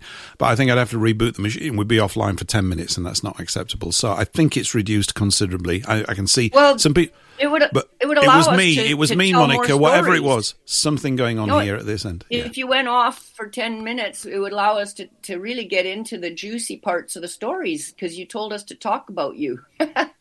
I did. Yes, I did. right. The thing is, you wouldn't Just be going joking. out on air. That's the problem. If I actually deplug everything, we've got no feed going out. So, one of those things. Anyway, never mind. Anyway. So was that going on air just now when we were talking amongst ourselves? I've been here for about a minute just checking the sound and everything. I think we're okay. Everything sounds okay. Thanks, Alice, and Patrick said it's much better. So I didn't do it. Okay. I just rebooted one bit of software in the chain that was causing some grief. Do you want me to tell you a story about, you know, it kind of relates to, we were talking about music and yeah, sure. We were talking about, we're just talking. And then the title of your show, something about the nights, the right on the nights or something. Yeah. So it'll be all right on the night. Oh, I've only put one L in the title on idiot. It'll be Al right on the night. No, I have. Oh, maybe there's two L's. My eyesight's going. No, I've only put one in because supposed to be just one L. All Is right. that what you have? No, I've only got one L. Well, that's perfect. It says If it'll it's be one... AI right on the night at the moment. That's what it looks like. I was going to right. I was going to write it as it'll be alt right on the night, but I thought that's too naughty, and I don't want to get banned. You know, I don't want to come across as one of those right-wing hooligans. You know, that would be. Oh no, that's right. That would be terrible. That would be not right. Yeah. By the way, today's picture, Monica and everybody, is from Gustave Doré. As I often say, j'adore Doré. I do. I've got loads of his books and illustrations. That's from Orlando Furioso. Doesn't that sound great? Orlando Furioso. He illustrated this book. It's an epic story. I think it's Spanish. I haven't bothered to research it. But that's how you defend a bridge, basically. It's one guy against everybody defending a bridge. It's the guy on the on the right, that's faced with the tough circumstances. Way down low there in the image. That's right. He's got the sword bent back over his head. And he's about to fend them all off. Yeah, there's some amazing. I see it now. Yeah, there's some wonderful drawings that Doré's just amazing. This is an amazing image. Actually, I love the background. Look at the background; it's just absolutely stunning. I know the architecture. Yep. It's just amazing. If you are not into Doré, get into him. It's one of those things again where if you get any of his books and you start flicking through them, you will be transported into a different world for as long as you keep the book open.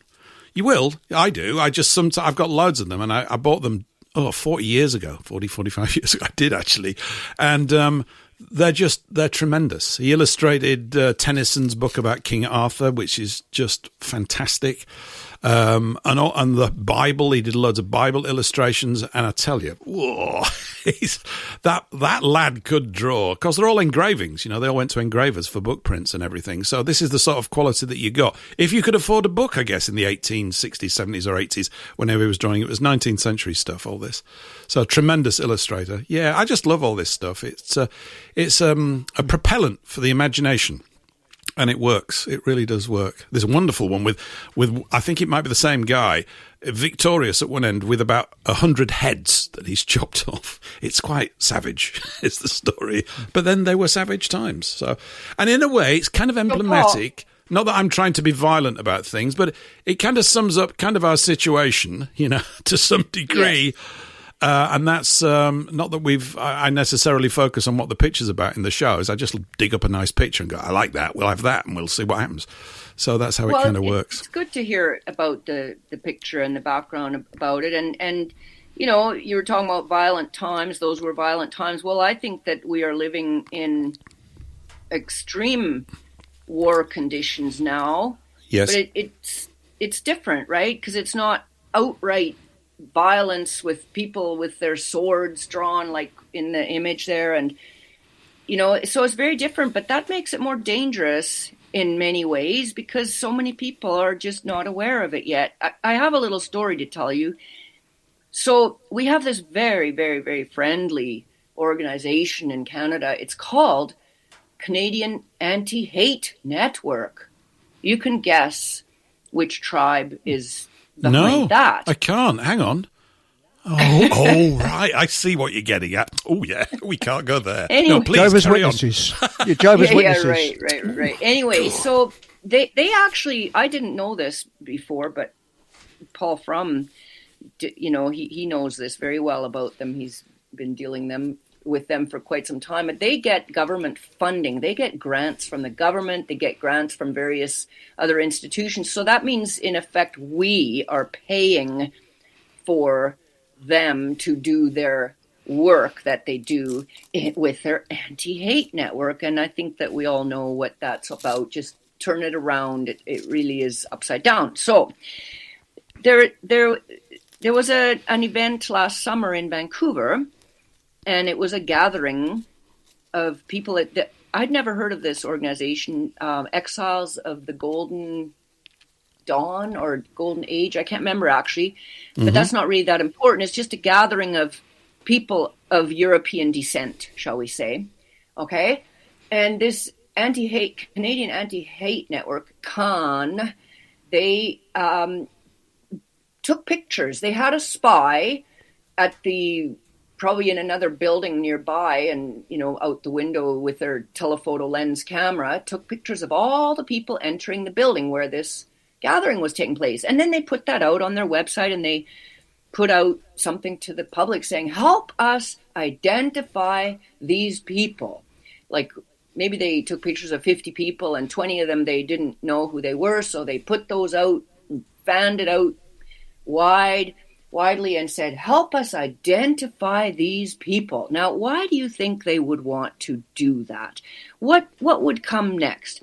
So a number of months later, one of these young women who was in one of these photos, she happens to live in Prince George, which is not that far from where I live. It's kind of a medium-sized city, and they have a symphony orchestra in Prince George. Prince George it's just such an interesting city. When I first moved into this area, I thought it was just this very, there's a few mills. Like, I just thought there's just rough and tumble town with, I didn't really think of it as a cultural center, but I'm telling you, there is so much happening in that city. It's amazing. And I think that's because there have been people of European stock there for quite a few generations doing their their woodsmanship, their forestry, their fishing, their various real life work, and had good, healthy families, and did a lot of cultural building of, built up a real lively and vibrant culture in that city. It just surprised me when I got to know that city a little bit more since I moved into British Columbia a number of years ago. Anyway, kind of what they would call a redneck town, But now I see redneck as a compliment, not an insult, but it's meant to be an insult, right? But it's salt of the earth people. So this young woman had been hired by the Symphony Orchestra a year and a half ago to be their general manager. And now all of a sudden she gets doxxed by this Canadian anti-hate network. Right. And this led to all kinds of problems. All of a sudden, by the way, she attended that gathering on her own time. I would say it's nobody's business what she does on her own time. And she was just attending it. Who knows what her intentions are anyway. She's attending it. Maybe she's curious about it. Whatever it is. Anyway, she got fired. That's the long and the short of it.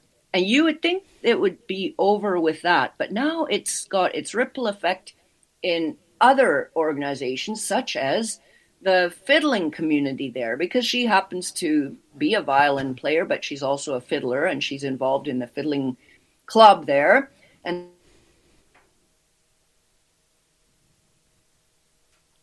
we've lost Monica. Or I have.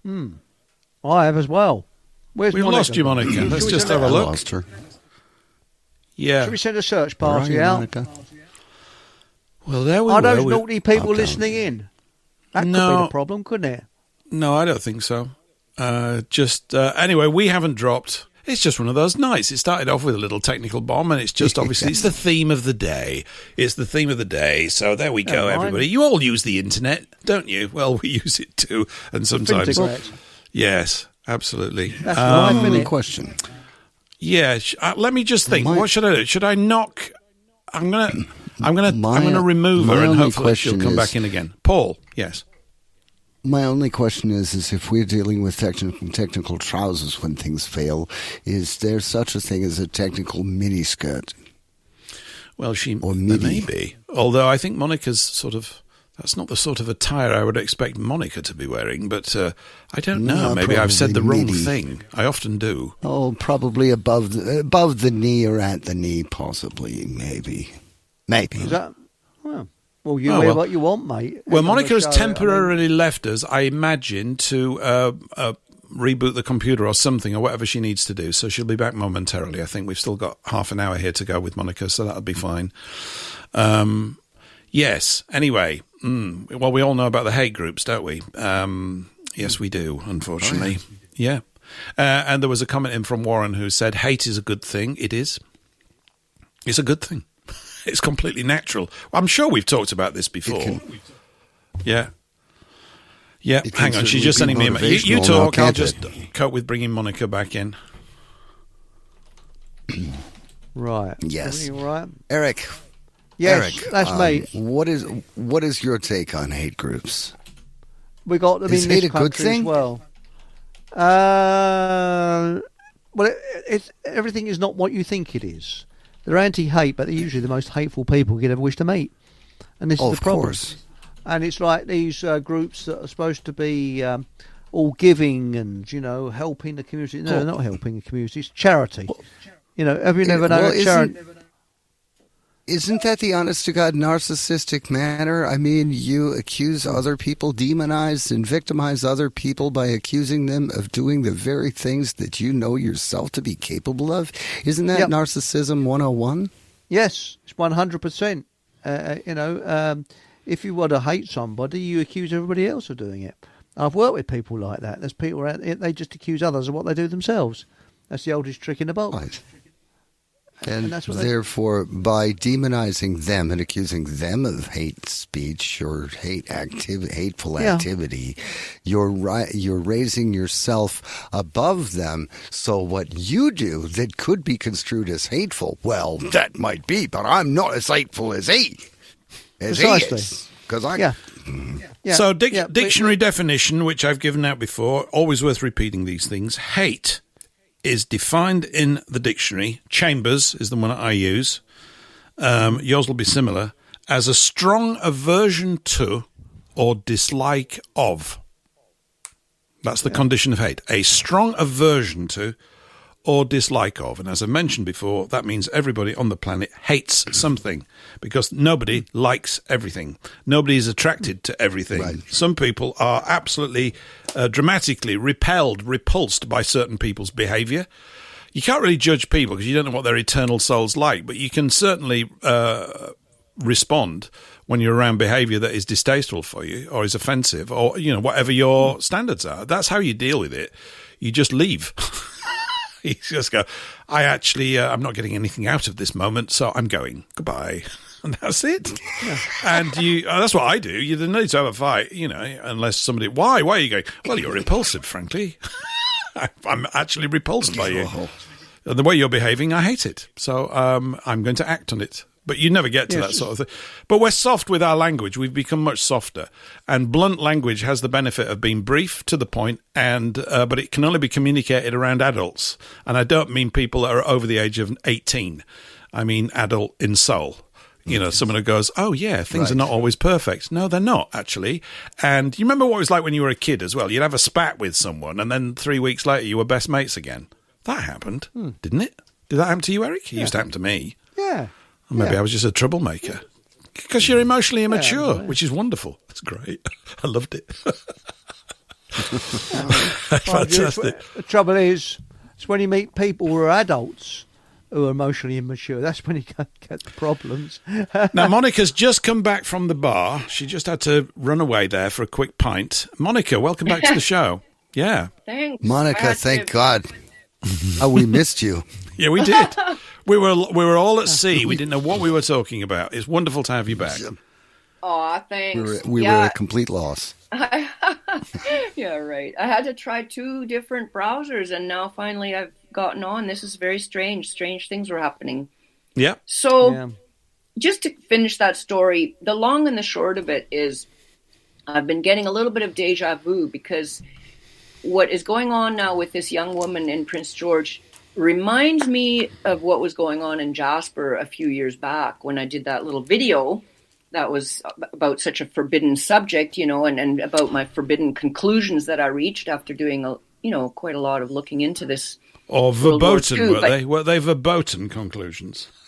Yeah, so this woman, just for attending a meeting on her own time that was of her own folk, like hanging out with her own people, this was deemed so bad that she got fired from her job, and now the fiddling jamboree that's supposed to take place at the end of March might get cancelled because the headliner for that, somebody got to him, I guess, and talked to him about, this, I don't know, what are they saying about her? Are they saying she's racist? She's for hanging out with her own people? Now, I just put it this way. Any other group of people, all the, visible minorities or special interest groups and all that, when they have something going on for their group of people, we not only celebrate that, we encourage them, we also give them money to do that. They have their special days, they have their special commemorations, they have their special events, they have all kinds of special things, and we applaud them for being proud of their whatever their group is, whether it's, an ethnic group or whether it's, well, right now we're experiencing Black History Month, so they get a whole month just for, studying Black history.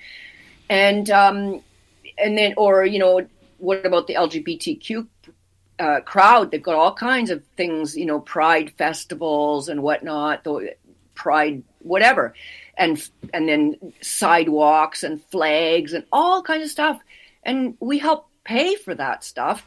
But if people of European descent have the audacity to gather with other people and at an exclusive event for our people, in other words, like, that's just for us, folks, we're going to have a gathering to do whatever. Are we going to make music together? Are we going to talk about stuff together? I mean, this is a peaceful gathering, right?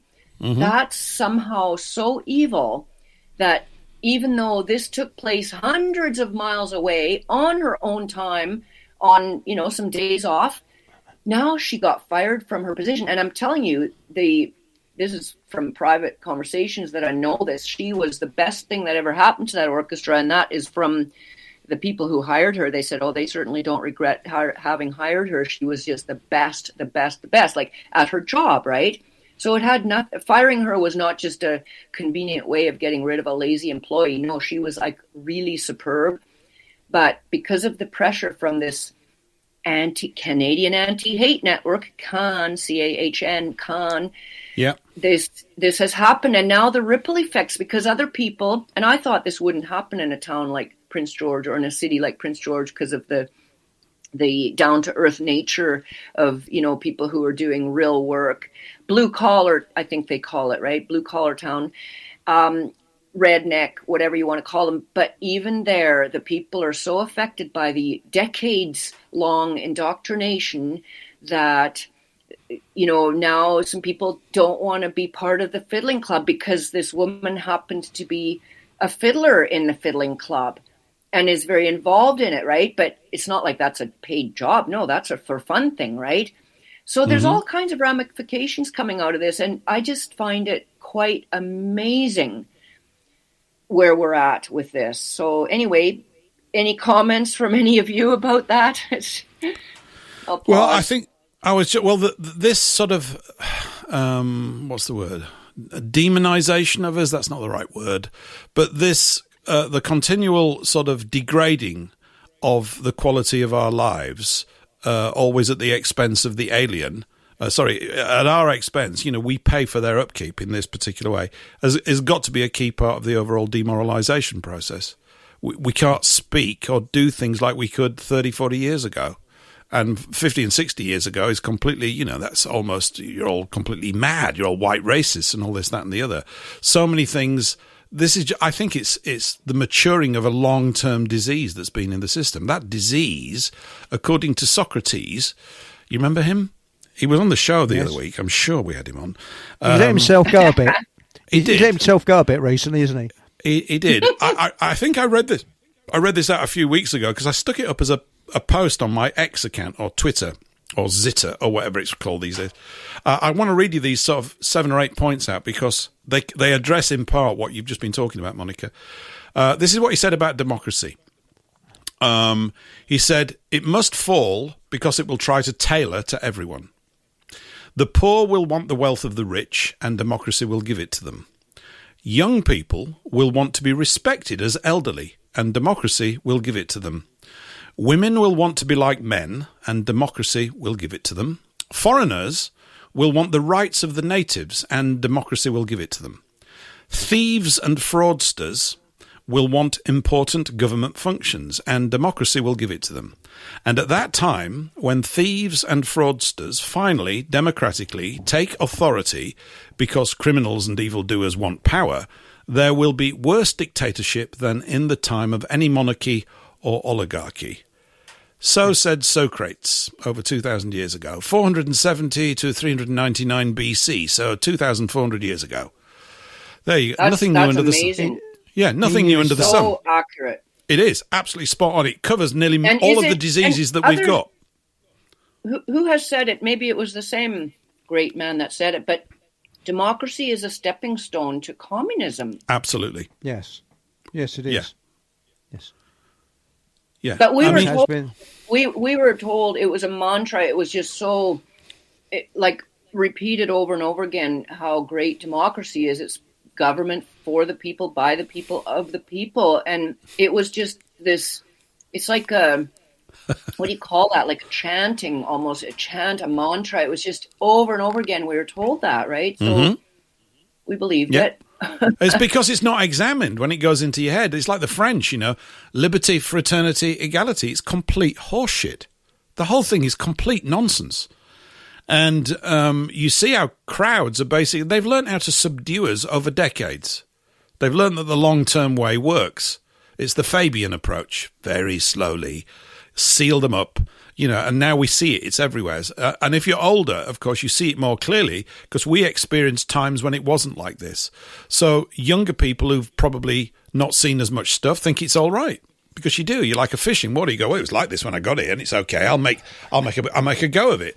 Not realizing that just, only a couple of decades prior, things were way, way better. Although I think Tinternet has helped with that, that people can see exactly what's gone on. But democracy is the slow creep foundation of communism. Absolutely. We've mentioned here before as well, we were talking about politics a little bit in the first hour of the show. I've said that I think all politicians need to sit an exam, and I think all members of the electorate need to sit it too. If you're going to cast a vote, we need to know that you actually might have a brain that works. You've got a lot of people, they've given the vote to the aliens that have come here. What's that about? And it said, foreigners will want the rights of the natives, the vote, and democracy will give it to them. Well, it's done that. And then if we look around, we wonder why. It's not that they're directly to blame. It's the usurping traitor within our midst, that's more to be feared than the murderer, paraphrasing Cicero, right? The traitor within. That's the issue.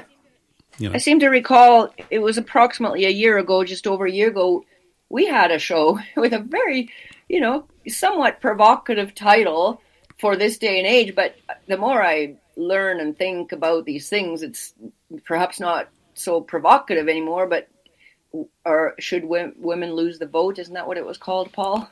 Why women should not have the vote. Yeah, it was intentionally phrased that way. But, it applies to many other people. If we say that it counts, why is it that everybody just gets one? I'm serious. Yeah. I mean, if you go to a company, they don't go, oh, you can all work here. We're not even going to bother checking whether you've got any skills or not because, equality and all that complete blithering nonsense. You can all work here. First, we need 40 jobs. First 40 people through the door. There'll be a bun fight. Everybody will be killing one another to get the job or something, right? But they evaluate people. Why is the electorate not evaluated? Are they fit to cast a vote? There should be an exam. Yes. I mean it. 3 hours long. You have to answer questions on history and everything like this and stuff. And what your understanding is, of course, the dispute. Who's going to ask all the questions? Who's going to mark them up? Then they'll interfere with that process. It's just never ending. It's never ending. And I think that, the root of it is that when you have an admixture of races on the same bit of territory, you are going to get these sorts of problems forever. That's the whole reason for doing it. It's not that anybody in any of the races is good or bad. All races have got good and bad people. It's that the situation, the context for it is now permanently damaged and nothing can be resolved because nothing is getting resolved. Nobody's committed to one thing because they don't know what they are anymore. Everybody's sort of all over the shop. You can't allow the alien in because they'll rule over you. It's just, that's what happens. It's like nature says, oh, well, if you're too stupid to actually protect all the treasure I gave you and that you've built, well, this is what happens. It's obviously the only way you're going to learn, so you just have to have it all taken off you. And that's what's occurring, and that's why people are slowly, not quickly enough, waking up. I know it's a bit of a... birds of a feather flock together. Yep. And it's a natural law. That is just a law of nature. Birds of a feather flock together.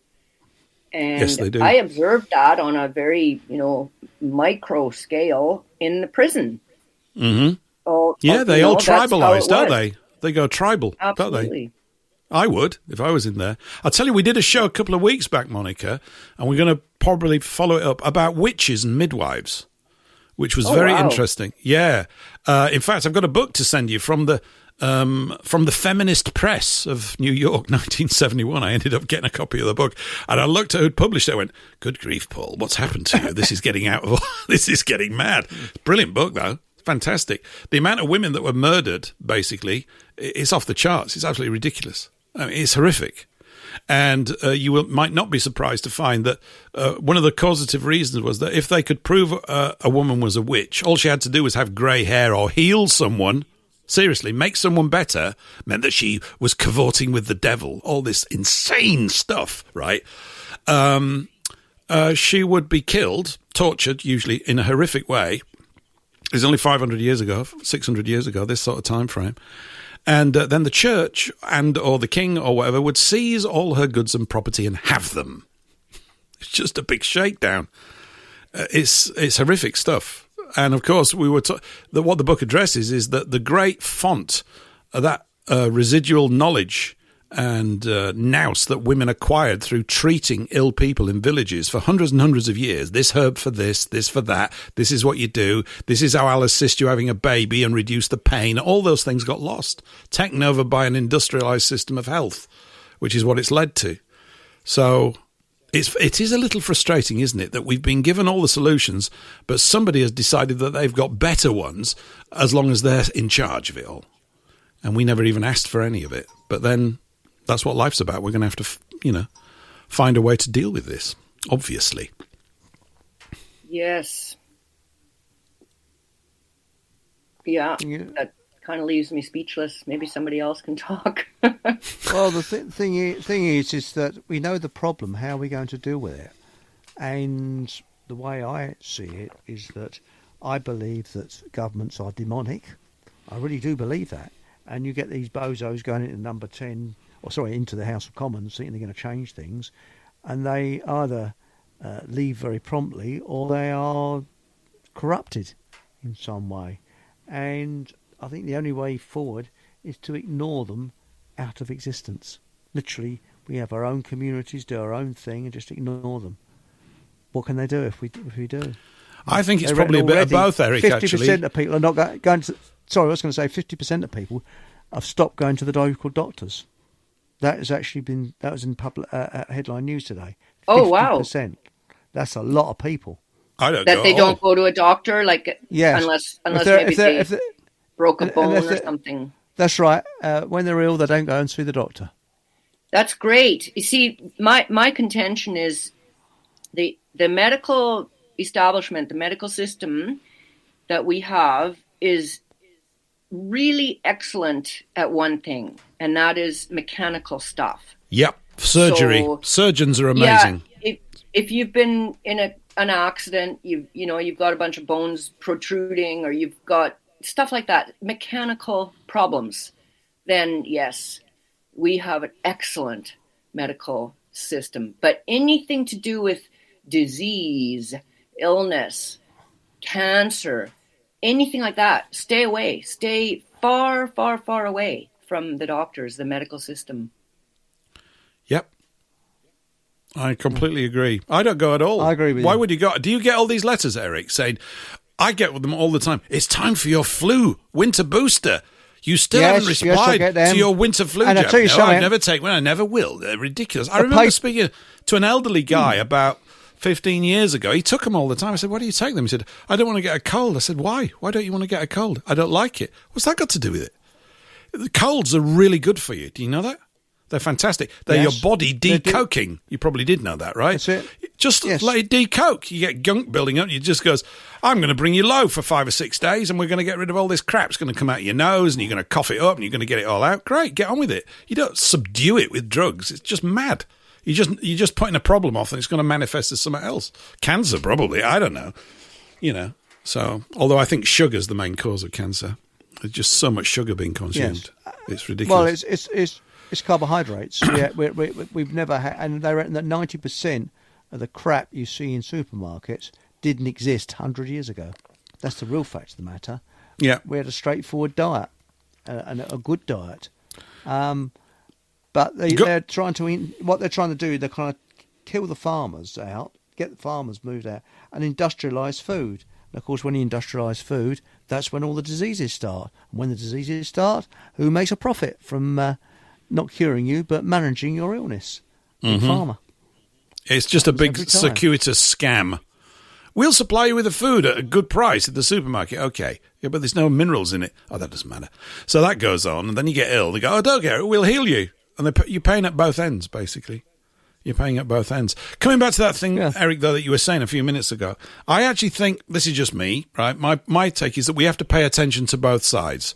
In other words, the side of looking at what the bad guys are doing, which is really, I suppose, we talk about that a lot here, although we're talking more and more about farming and restoring village life, psychologically to start off with, or spiritually in some way, to start binding with the people who you live cheek by jowl with. That's going to take a bit of time. It would have been easy 70 years ago because it was natural. That's how they've chewed out the substance of all the connective glue, as it were, in little villages, all this kind of stuff. But we have to pay attention to what they're doing to some degree, but we also need to put a lot more in. The proportion's wrong, in my view, at the moment. We're probably 80-90% looking at the doom porn, and it's very useful to know some of it, not all of it, and you don't need it repeating forever once you've got the basic lie of the land, and many people still don't have the basic lie of the land, so it's good that they're beginning to move in this direction. But the really constructive thing is to start growing your own wonky carrots, to use a sort of metaphor for the whole thing. Yeah. That's what we need. I've got all these onions just spontaneously growing in my garden. I mentioned it, didn't I, a few weeks ago when we had Nathan on and Holly. Be careful, they're not bulbs, though. They might be spring bulbs by mistake. No, they're not. They're onions. I bought some onions the other week, and they all started growing in the cupboard where I keep these onions. Yeah, they're wonderful. They're great. So obviously the universe is telling me to start eating a lot of onion soup, which I love. I love onion soup. It's gorgeous. So there you go. Yeah, I think that, and it's changing our internal habits. The more I look at how, you live in a house, right? And I don't know how long you've lived there, but it kind of becomes part of you. It just it does. Everything. If you're in one sort of location, you live in a village all your life, you actually can't move. You've become the village, and the village has become you. It's wound almost into your DNA. Everything you've learned to make your life work there, hopefully. I know a few people don't, but maybe it's more than a few these days. But that's the gist of it. So you're carrying all this stuff that you're not conscious of that goes to make up who you are. And when you get disturbed, which is, of course, what government's actually masterful at, permanently disturbing us because, there's terrible things about to happen and we need to take more money off you to pay for it, to put it right. Of course you do. Yeah, here, have all my purchasing power. You say, they've got nearly all of it now, so...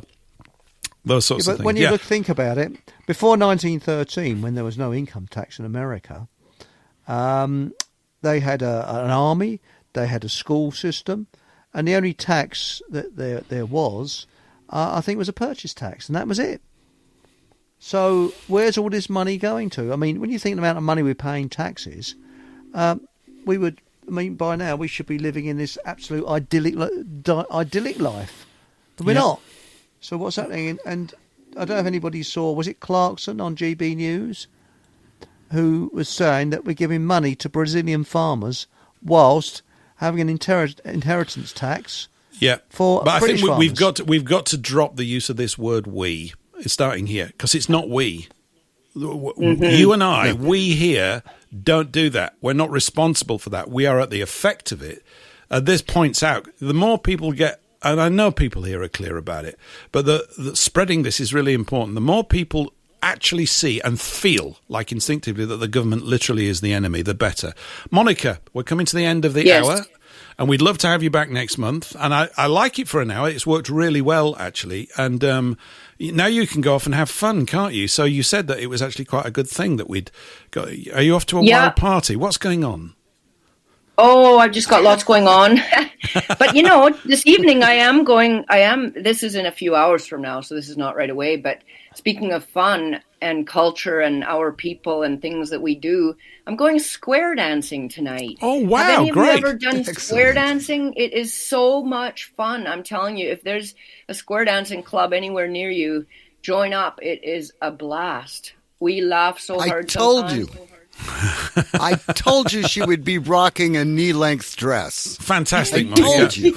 Monica, square dance for Canada and for everybody else and all the German people. I hope you have a fantastic time. You can tell us all about it when you come back in 4 weeks' time. And don't forget the crinoline, so that those dresses, they just go popping out, We want photos. We want photos, Monica, when you come back, right? We need pictures. It's easy for you to come in here and say, I'm going square dancing. We need to see evidence, right? Have a wonderful time. Been great having you. We'll see you in a few weeks' time. Very nice. Thank you very much. And one last statement. Yes, you're right. Government is the enemy. So don't cooperate with government wherever you possibly can. Just, separate yourself from the government. Thank Go you and very square much. dance your government Thanks. into See ya. oblivion. See you. Okay, bye-bye. Bye for See you, now, Monica. Monica. Bye-bye. Monica Schaefer, everybody. We're going to go to a song, and then we've got Eli James waiting in the wings, and we're going to bring him on for hour 3. Now, I think everything's working. We've had a bit of a technical doodad tonight. And I didn't even say goodbye to WBN, although they might be just catching this. So bye, WBN, because we're leaving them now. We're carrying on where we carry on. Here we go. A little song, a bit of boogie-woogie. I might have played this recently, but I like it a lot. Here we go. I like Boogie Woogie. Do you?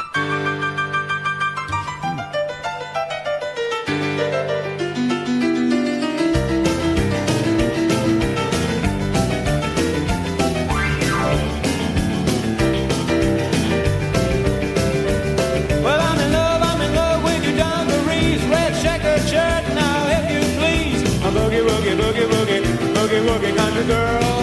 Yeah, oh, well, you know what I mean, my boogie, woogie country girl. Well, it's Saturday night and I just got paid. Don't worry about the money that I'm not gonna save on my boogie, woogie, boogie, woogie, boogie, woogie country girl. Ah, you know what I mean, my boogie, woogie country girl. Yeah, rock and roll.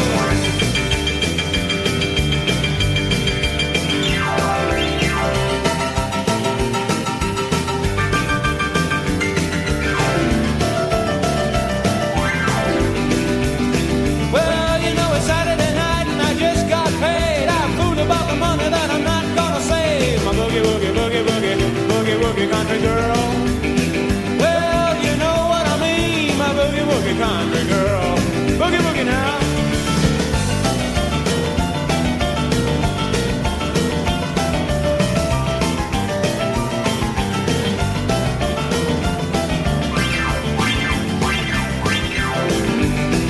Yeah.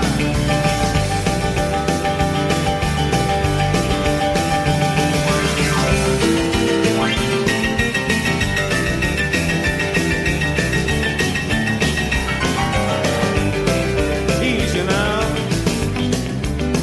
Ah, boogie, boogie, baby. When your hips start rocking and your knees start knocking, with my boogie, boogie, boogie, boogie, boogie, boogie country girl. Easy now.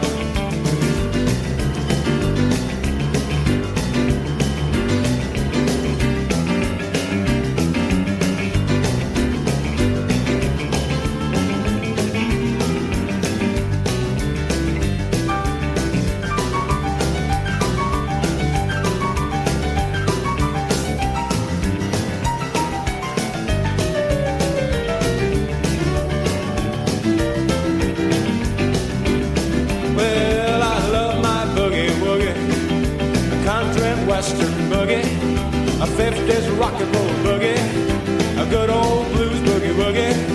You know what I mean with my boogie woogie country girl. Let's go one time. She's my boogie woogie boogie boogie boogie woogie country girl. Yeah, she's my boogie woogie boogie boogie boogie woogie country girl. Well, you know what I mean, my boogie woogie country girl. Mickey Muster there. Mickey Muster and Boogie Woogie Country Girl. And let's welcome on the Boogie Woogieing Eli James. Eli, good afternoon Hello, to you Eli. and good evening here.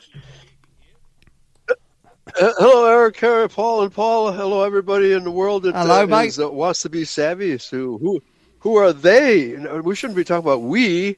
We should be talking about they and them, right? Well, we Who can are talk they? about get no anything that we pronouns. like within reason because we are British. But Yeah, okay. yeah. Yeah. How are you, Eli? Anyway, how are things? How's the sniffle? You had a sniffle. Have you still got your sniffle? Yeah, I've still got it, but it's getting better. Yeah. I've switched to the all beef diet.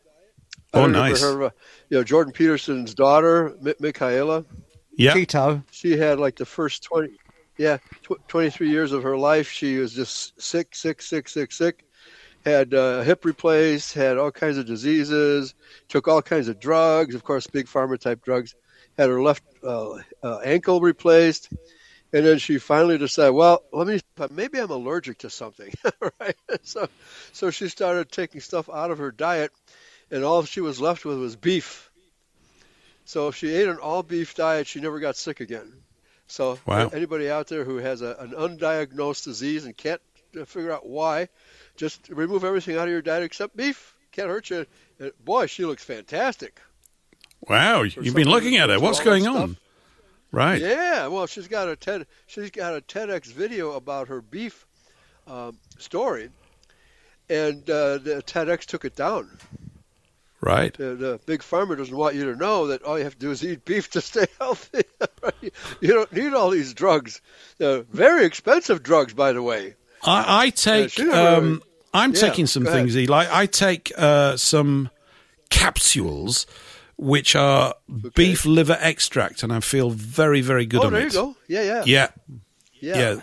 They cost about as well. They're about 30 quid for 2 months, which I think is pretty good. It's about £15 a month, and I take them just about every day, or 4 days out of every 5. I'll take 1 day off just to give my body I don't know, just to see what the difference is. But I feel pretty good. Yeah. I feel pretty good on it. I've noticed a difference. So, yeah, it's good. That's good. Yeah. For an old codger like you, that's saying a lot. Hey, I like that. That's good. I am an old codger now. Yes, I'm about to apply for my bus pass and all these sorts of things. It's going to be fantastic. Right. Anyway, okay, yeah. So, what were you guys talking about with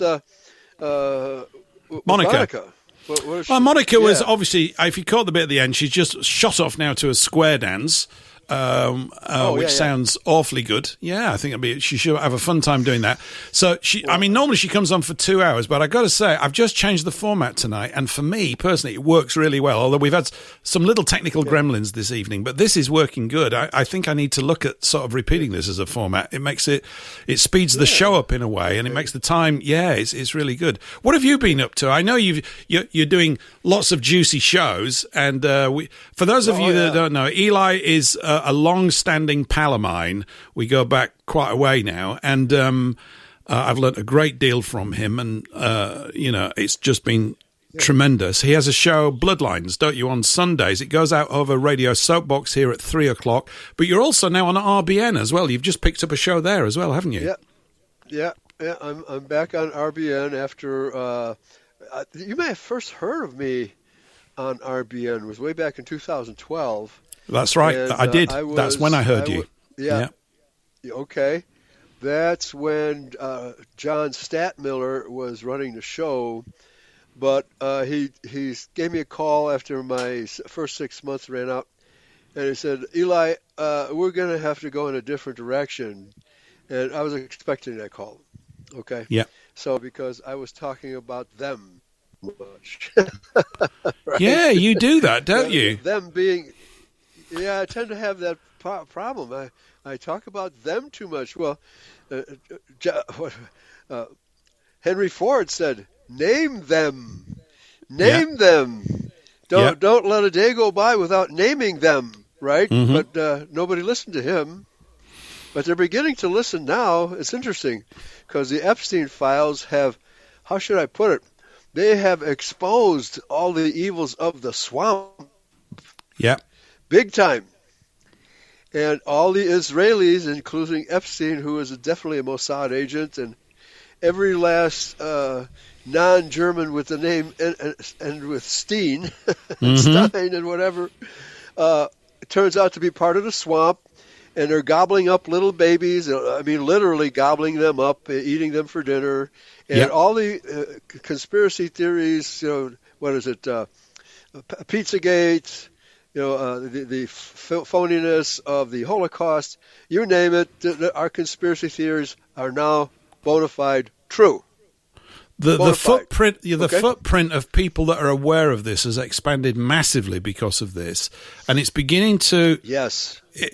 I've now heard a lot of people going, it turns out that all the conspiracy theorists were right. Well, of course, because we're not theorists. That's right. We're researchers and analysts. Yeah, it's not a theory. You don't just sort of, the idea of even dismissing it. Like a conspiracy theory is somebody who comes up with some sort of really goofy idea. And there are people that come up with goofy ideas, and you just go, forget it. Hat. Yeah, they can't back anything you know up. It's what? just sort of like a feeling or whatever. You go, well, that's nice that you're having these feelings, and it makes for a fun conversation, but it's a bit useless, afterwards. Whereas this is about how the world has been, chewed up. And I mentioned here, Eli, a couple of weeks ago, I saw a clip with Alex Jones. I think it was Alex Jones. Genuinely, to me, he looked as though he was having an actual authentic emotional moment. Oh, no, it wasn't Alex Jones. It wasn't Alex Jones. Not a fake one? It was Joe Rogan. Not a contrived It was Joe one? Rogan. You've seen Joe Rogan has got a lot of reach, and it was a really good clip. It was really good because you see some of these people or people that work with these people that are coming out in the Epstein documents, he's had on his show. Right. And I think many, and he's, and it was like something was really beginning to dawn on him. He said, it turns out that this stuff's true. So, and we've had people here in the comments section on YouTube and Rumble in the weeks past saying, that they've been talking to people and telling them, that the world's run by people that do these foul, horrific things, all of this child trafficking and worse, much, much worse. Yeah. And they're all going, oh, it's beginning to go true. Someone was saying the other day, I can't remember, is it in France? Oh, I was talking to someone last night. That was it. I went to the pub last night, Eli and Eric and Paul. I went to the pub. A friend dropped by, Richard, I'm going to have on as a guest soon. He's a sort of alternative healing guy. He's connected with loads of people. He's an absolute sort of firefly of a guy. He's always buzzing around. And he said, I'm in town. You've got to come to the pub. I went, okay, cool. So we got to the pub. And we had a lock-in because we know the landlord. So we had a lock-in. I got back home about 1 o'clock. I don't drink alcohol, but it was good fun. But he was saying that he'd just come back from France. And in France, the penny is beginning to drop with huge parts of the French population. And they are absolutely seething about the Epstein thing. So you have to hear it from people that have met people in the street. They're good. And they're going, they're going, this is really true. Yeah, it really is. Some of us have known it's really true for too long, but it's really true. It warms the cockles of my heart to know that there are actually real justice people in the Justice Department, because otherwise this would never have come out. Even Donald Trump is trying to suppress this information, and certainly all the Israelis are trying to suppress this information. His bosses? You know what? His bosses are trying to suppress it. Yeah. That's right. However, it's just too juicy. It's just too juicy, I'm surprised that the daily columns aren't full of this stuff, because it is so juicy. Where's Dorothy Kilgallen when you need her? The gossip columns, right?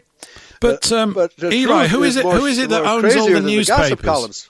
Who is it that owns all the newspapers? That might have something to do with it, you see. Well, the Arabs, the Muslims, obviously. Oh, yeah, the Arabs, right? That's right, yeah. And the Chinese, they own it all, don't they? The antiseptics. Right. Yeah. No, the Jehovah's people that own the newspapers, the same people that own the newspapers are the ones that are going to be implicated by the information that they're trying to suppress. Oh, there you go. Good luck. Good luck. Like I said, it's just too juicy. When you're having babies for dinner, that's awfully juicy. It's awful. By the way, Paul, did you ever share that meme I sent you from my daughter, where it's got the two girls? I sent it on to some family members that I'm trying to sort of warm up with things. Yeah, it's really good. You could describe it if you want. Okay, that's a good lead. Yeah, if I knew how to pull images up at the drop of a hat, I'll get this skill set down at some point. I'd show everybody here on the video feed. It was pretty good. Maybe I can find it and put it in the chat here, Eric. But anyway, so it's an image of two little girls, one standing up, and her sister is got her head in the toilet throwing up. Okay, and so the meme says the girl standing up is a conspiracy theorist, a very worthy conspiracy theorist, and the girl with her head in the toilet throwing up is a normie who just saw the Epstein files. It's pretty good. It is quite good, actually. Yeah, it's good. It's very good. It sums up what's happening. But that's how the normies are reacting. Yeah, it is, and I think that this little anecdote about what's going on in France is indicative of that as well. It really is. Yeah, absolutely. Man! Talk about France. France is Reuben, which is the most sexually immoral country in the world. Yeah, at least among the white race. I don't know about the rest of the world. we're probably, they're probably 20th when you count the rest of the world. But even Japan has got a horrible problem with castaway children. Yeah. You have this code of honor in Japan, and every Japanese family wants their child, male and female, to excel in the society. But not every Japanese child has the desire or the ability to excel. And so what happens is these children, they just disappear. They're not put into the frying pan, like we're talking about here. They just disappear. They go somewhere where they, congregate and hang out in the streets, and where they're appreciated by other thrown away children. Right. They have a tremendous throwaway children problem, okay, because their parents demand that they excel and they can't. Not everybody can excel. That's all there is to it. Okay, we're not all equal, all you feminists. No, we're not. No, no, we're absolutely not. Well, it's a massive. Right, yes. I don't know what the numbers are. Of course, I don't know how these numbers are even gathered up. So and one is drawn. I mean, this is about as horrific a sort of bunch of news, to give it a terrible tag, as you could come across. It's been obviously chugging around for a long time. I mean, there's that book called Blood Passover that was written by Ariel Toff, a Jewish fella from Italy whose father was the chief rabbi of Rome. Passe de Sangue or something, but it's Blood Passover or something in English, and it was banned for a bit. I've got a copy kicking around. Basically, Toff went off to try and disprove all these stories from across medieval Europe about child sacrifice and the abduction. We've got Hugh of Lincoln over here who was drained of blood and found down thing, and Jews were found guilty. 6 were hung, I think it was, over here in Nottingham or somewhere where it was. No, Lincolnshire. Right. I'm being stupid. So Errol Flynn. Yeah. But it turned out that all these stories were true, and so I don't think his dad liked him very much. But this is just the case. After that, and and all of these sort of stitchings together of these historical events, they have primarily one theme, and it's not good. And of course, this is why you are restricted from a language point of view in terms of talking about it in any capacity at all on a major platform. Yeah, it's too you can't gruesome. do that. Yeah, too unbelievable. Certainly, God's chosen people would never do stuff like that, would they? No. Do you think that might mean that they're not God's chosen people, Eli? What do you think? I think your mathematics are accurate. Good. Yeah. So we are agreed. Yeah. Right. Yeah. Two Anglos actually agree on something. How about that? This is good. Yeah, we do. I mean, it's very funny not being able to really unleash on it. But then again, I've mentioned here that even in the past when I did, and I don't mean sort of in some strident fashion, but just sort of try and pile on the sort of information, as an effective communication strategy, it isn't.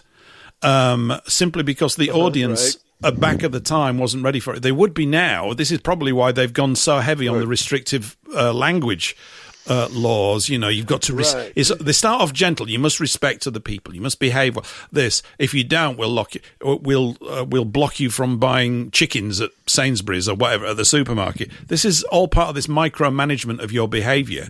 One of the things we covered, Eli, some time back was mouse utopia. Have you ever come across that? No, you ever heard of it? Utopia. It's an experiment done by one of your guys. He did it 6 times. Culhoun, I think his name was. Oh, yeah, I know what you're talking about. Yeah. Yeah, he put all these mice in a perfect heavenly situation, and everything that happened to the mice is happening to Western Christendom. Everything that happened to them is happening to us. So you had certain male mice lost interest in being part of the crowd, and they became sort of the gay mice. They went off and just spent all day pruning themselves and sort of grooming themselves in some little quiet place.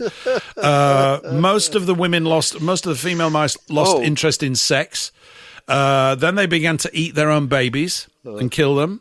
And the whole colony died out. They had no predators. There were no threats. They were literally sort of, birds in a gilded cage type thing to the point of death. And he did it 6 times with the same result. No challenges. Absolutely. No life. Right. Isn't that what happens under communism? Yep. I think it does. I'd agree. What do you think, Eric? At least that's how it's sold to us. Right. Well, well, let's face it. The objective of capitalism is communism, because you destroy all your opposition. That's why I believe in free enterprise, but not capitalism. There's a big difference between the two. Because free enterprise allows the individual to expand, and this is what Henry Ford believed in free enterprise, not capitalism. And look how well Ford did. Okay.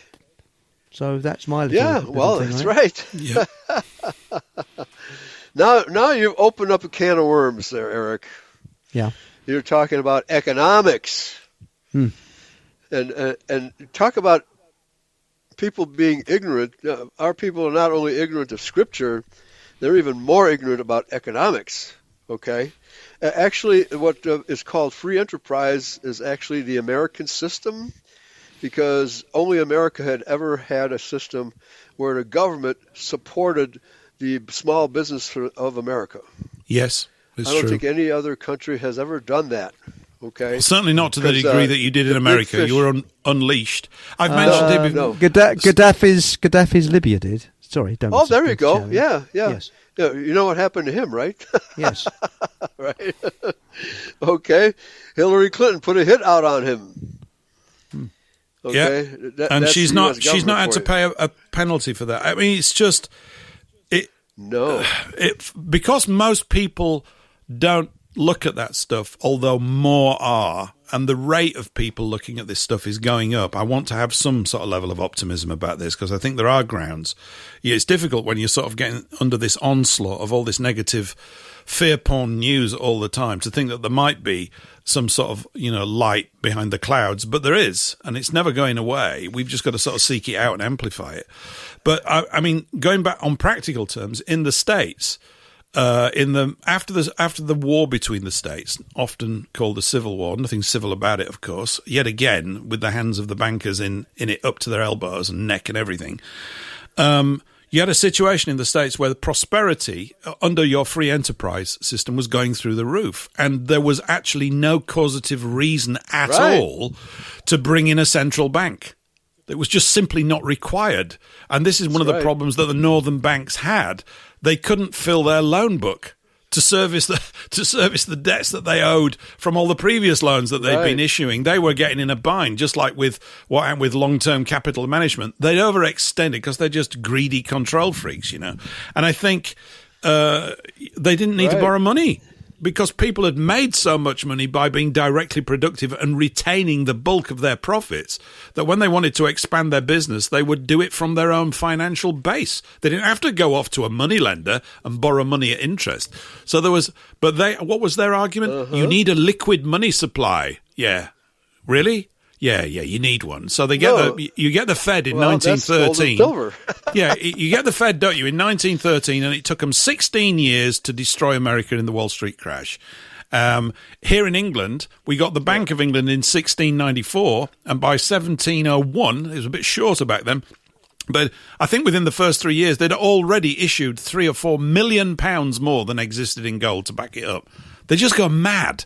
Right? But of course, the thing's not to acquire the money, it's to put you in hock to them. Then you can be controlled. Once you're in debt, they control you through the debt. And that's what all these wars are about. They master the debt and then coerce the bureaucratic classes. It's a termite, parasite relationship, I'm afraid. It's a parasitical relationship, and it's not good for us.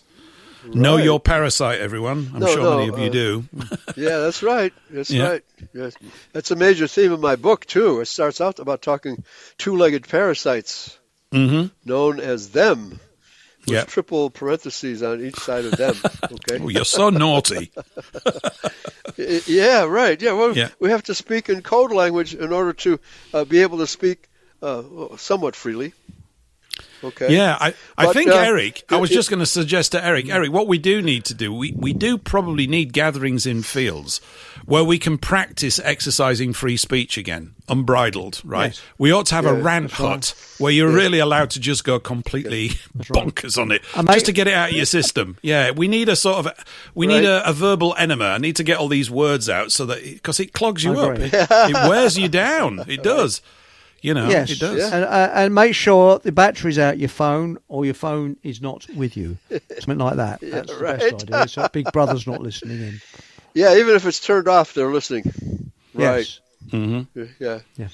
Did you hear about the 2 American women who they weren't talking on their phones? They just had their phones in their purses and stuff. And they were going around shopping on Michigan Avenue. I don't know if you've ever heard of the Magnificent Mile in Chicago. It's like 1 mile long of nothing but shopping, picture windows with the Playboy Mansion on the north end of it and the Chicago River on the south end of it. And so all these incredibly beautiful models coming out of the Playboy building and walking down the street, and all the guys are gawking at them. But then the average women, the plate glass windows, for displaying all the goods, are like 10 feet high by 15 feet long, right? Mm-hmm. And it's funny watching all the women. They simply cannot resist gawking at themselves while they walk past these things. Are virtual mirrors, right? They're virtual mirrors. And, oh my God, I'm so gorgeous. I don't want to move. I just want to keep on looking at myself. And so that's the temptation of Michigan Avenue. I don't think there's another street in the whole world like it. Okay? Right. Because it's all concentrated on one mile long with picture windows on both sides of the street. And it's just like that, vanity, thy name is woman, right? Vanity, thy name is woman. Although I've met a few blokes who are of a similar disposition, Eli, I have to say. Yeah. Although calling them a bloke is a bit wrong. I've met certain males, let's put it that way, that were like that. Yeah, it's quite exhausting being around preening males. Yeah. Oh, God. But we were talking. Let me just plug my show tomorrow. Please do. On RBN. My guest is going to be Tyrus Parsons, Tyrus, Tyrus Parsons, or Who's maybe he? Tyron Parsons. Right. And he is one of those victimized by the deep state for having done nothing wrong. See, here's the difference between Edomite law, Ashkenazi law, versus common law or Christian jurisprudence. Is you actually have to commit a crime before anybody prosecutes you, right? Yes. But Edomite Ashkenazi law is they want to prosecute you before you commit any crime to supposedly nip it in the bud, right? That's why they shoot little Palestinian babies in the head and bulldoze their apartment buildings and blow up their hospitals and schools, etc. Because they're trying to nip those budding anti-Semites in the bud before they can actually become adult anti-Semites, right? That's many rabbis have said this. Okay, so Tyron had this episode where he happened to be in Washington D.C. on January 6th. Was it 2020? If that's the correct year, might have been 2021. But he wasn't anywhere near the Capitol building. But just because he was in the vicinity, he got tailed by a bunch of federal police. They tailed him to his house. They arrested him. They harassed him for years. And they actually murdered his son. Okay? This is what happens if you get on the hit list. Okay? They're called targeted individuals. Yes. Targeted individuals, and the government can make you a targeted individual. By the way, this goes back to, have you heard of Havana syndrome? Havana syndrome? No, haven't. What's that? Havana syndrome, it's not quite the same as Stockholm syndrome. Right. And all of you psychologists should know, Eric or Paul, what's Stockholm syndrome? It's where Can you describe Stockholm syndrome for the audience? It's where you identify with your captors. You actually fall in love with your captors. You do. Yeah. You that cleave happened to to Patty them. Hearst, didn't it? Yeah, you cleave to your captors Yes. and become goodness. like them, because in the first point of contact, they had all the power. You wanted to survive. You end up becoming like them to survive. Right.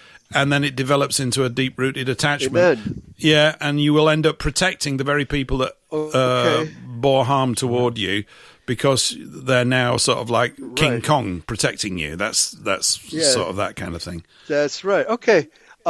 Isn't that kind of like Christian Zionism?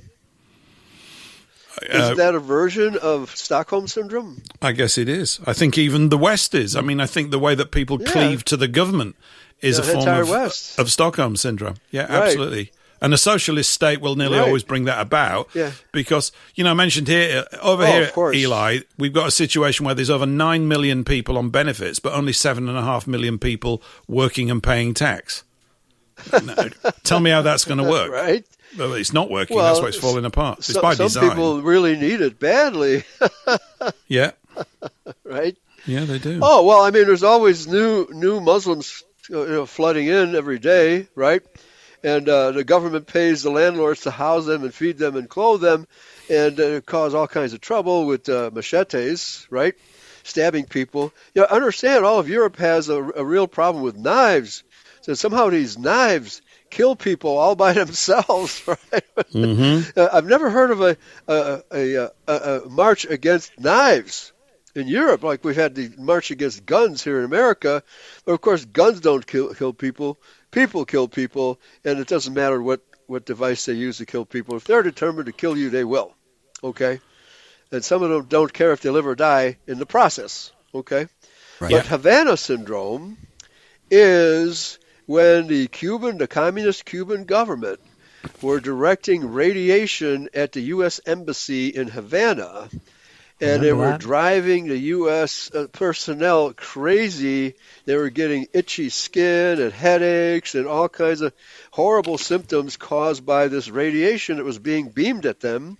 And so some guy came up with the idea, well, how about if we put aluminum foil on our heads that maybe the radiation they're beaming at us won't... Oh, no. This is where the tinfoil hat thing came from. All right. Wow. That's actually where it came from. Yeah, it worked. Well, to some degree, at least maybe it relieved their headaches. But that's where this tinfoil hat business comes from, and it is absolutely real. And so the government, complained about this, and the Cuban government stopped doing it finally. Okay? Well, now they're doing it to individual American citizens who they don't like, and that's what happened to Tyron. And he's going to be describing all of that tomorrow at 1 p.m. Central Time on RBN. Okay? So he's got a very interesting story. And if you're an American or if you're a citizen of the world and you don't approve of international Bolshevism, which is financed by bankers, then you'll be a target. You'll eventually be a target. Okay? I agree. That's I think it's only a matter of time. It's why we've got to sort of build escape routes or little redoubts to protect ourselves for as long as we can. By the way, just to let everybody know, Eli's show goes out at 8 p.m. UK time on Fridays, and it's carried on Radio Soapbox. Runs for an hour from 8 till 9 tomorrow night. That's on Friday evening. So if you're casting about for something to listen to for an hour, you can... staying up. Yeah, it's only 8 o'clock. These people don't go to bed till 2 in the morning. Yeah. And it turned out, that Tyron is Christian identity. So as soon as I contacted him, we talked about who and who the true Israelites are, and we were on the same page from the very first moment we started talking to each other. It was just wonderful. It was just wonderful to call some random person and find out he believes the same truth that I do, right? Yeah. Right. I know you just rightly called it a belief in a way, but it's not a belief, is it? I don't think it's a belief. I think it's one of these things. It's a bit like being called a theorist. Oh, you believe in that? No, I don't believe in it. It's absolutely the case. It's not. It's proven. You just haven't read the books that prove it to you. Well, of course, the books are kept low on the scale, but they do exist. You've just got to get the appetite. Right. For it. Yeah. Right. Well, even Queen Victoria knew it. Victoria knew it. Yeah. Go ahead. Yeah. Eric? Just for the American audience. Oh, Paul. No, this is Paul. Yeah. Just for the American audience, that's 5 p.m. No, that's it's 8 p.m. 1 p.m. 2 p.m. Central. It's 2 p.m. Central, isn't it? No. It's 1 p.m. Central, 2 p.m. Eastern, and 4 o'clock Pacific. Oh, 7 o'clock. I got it wrong. Pacific. You're 7 till 8 tomorrow in UK time. I got it wrong. Yeah, 7 o'clock, not 8 o'clock. Correction, silly me. Unless the clock moves forward next weekend. No, you guys always do it better. You get more summertime, don't you? You go earlier. I think we have to wait 3 March weeks 8th. to catch you up this time. When do you go? March the 8th. Right. March 8th, and I don't know. you're It's March coming up. 29th, I believe. Yeah, we've always 3 weeks. Oh, okay. It's So- ridiculous.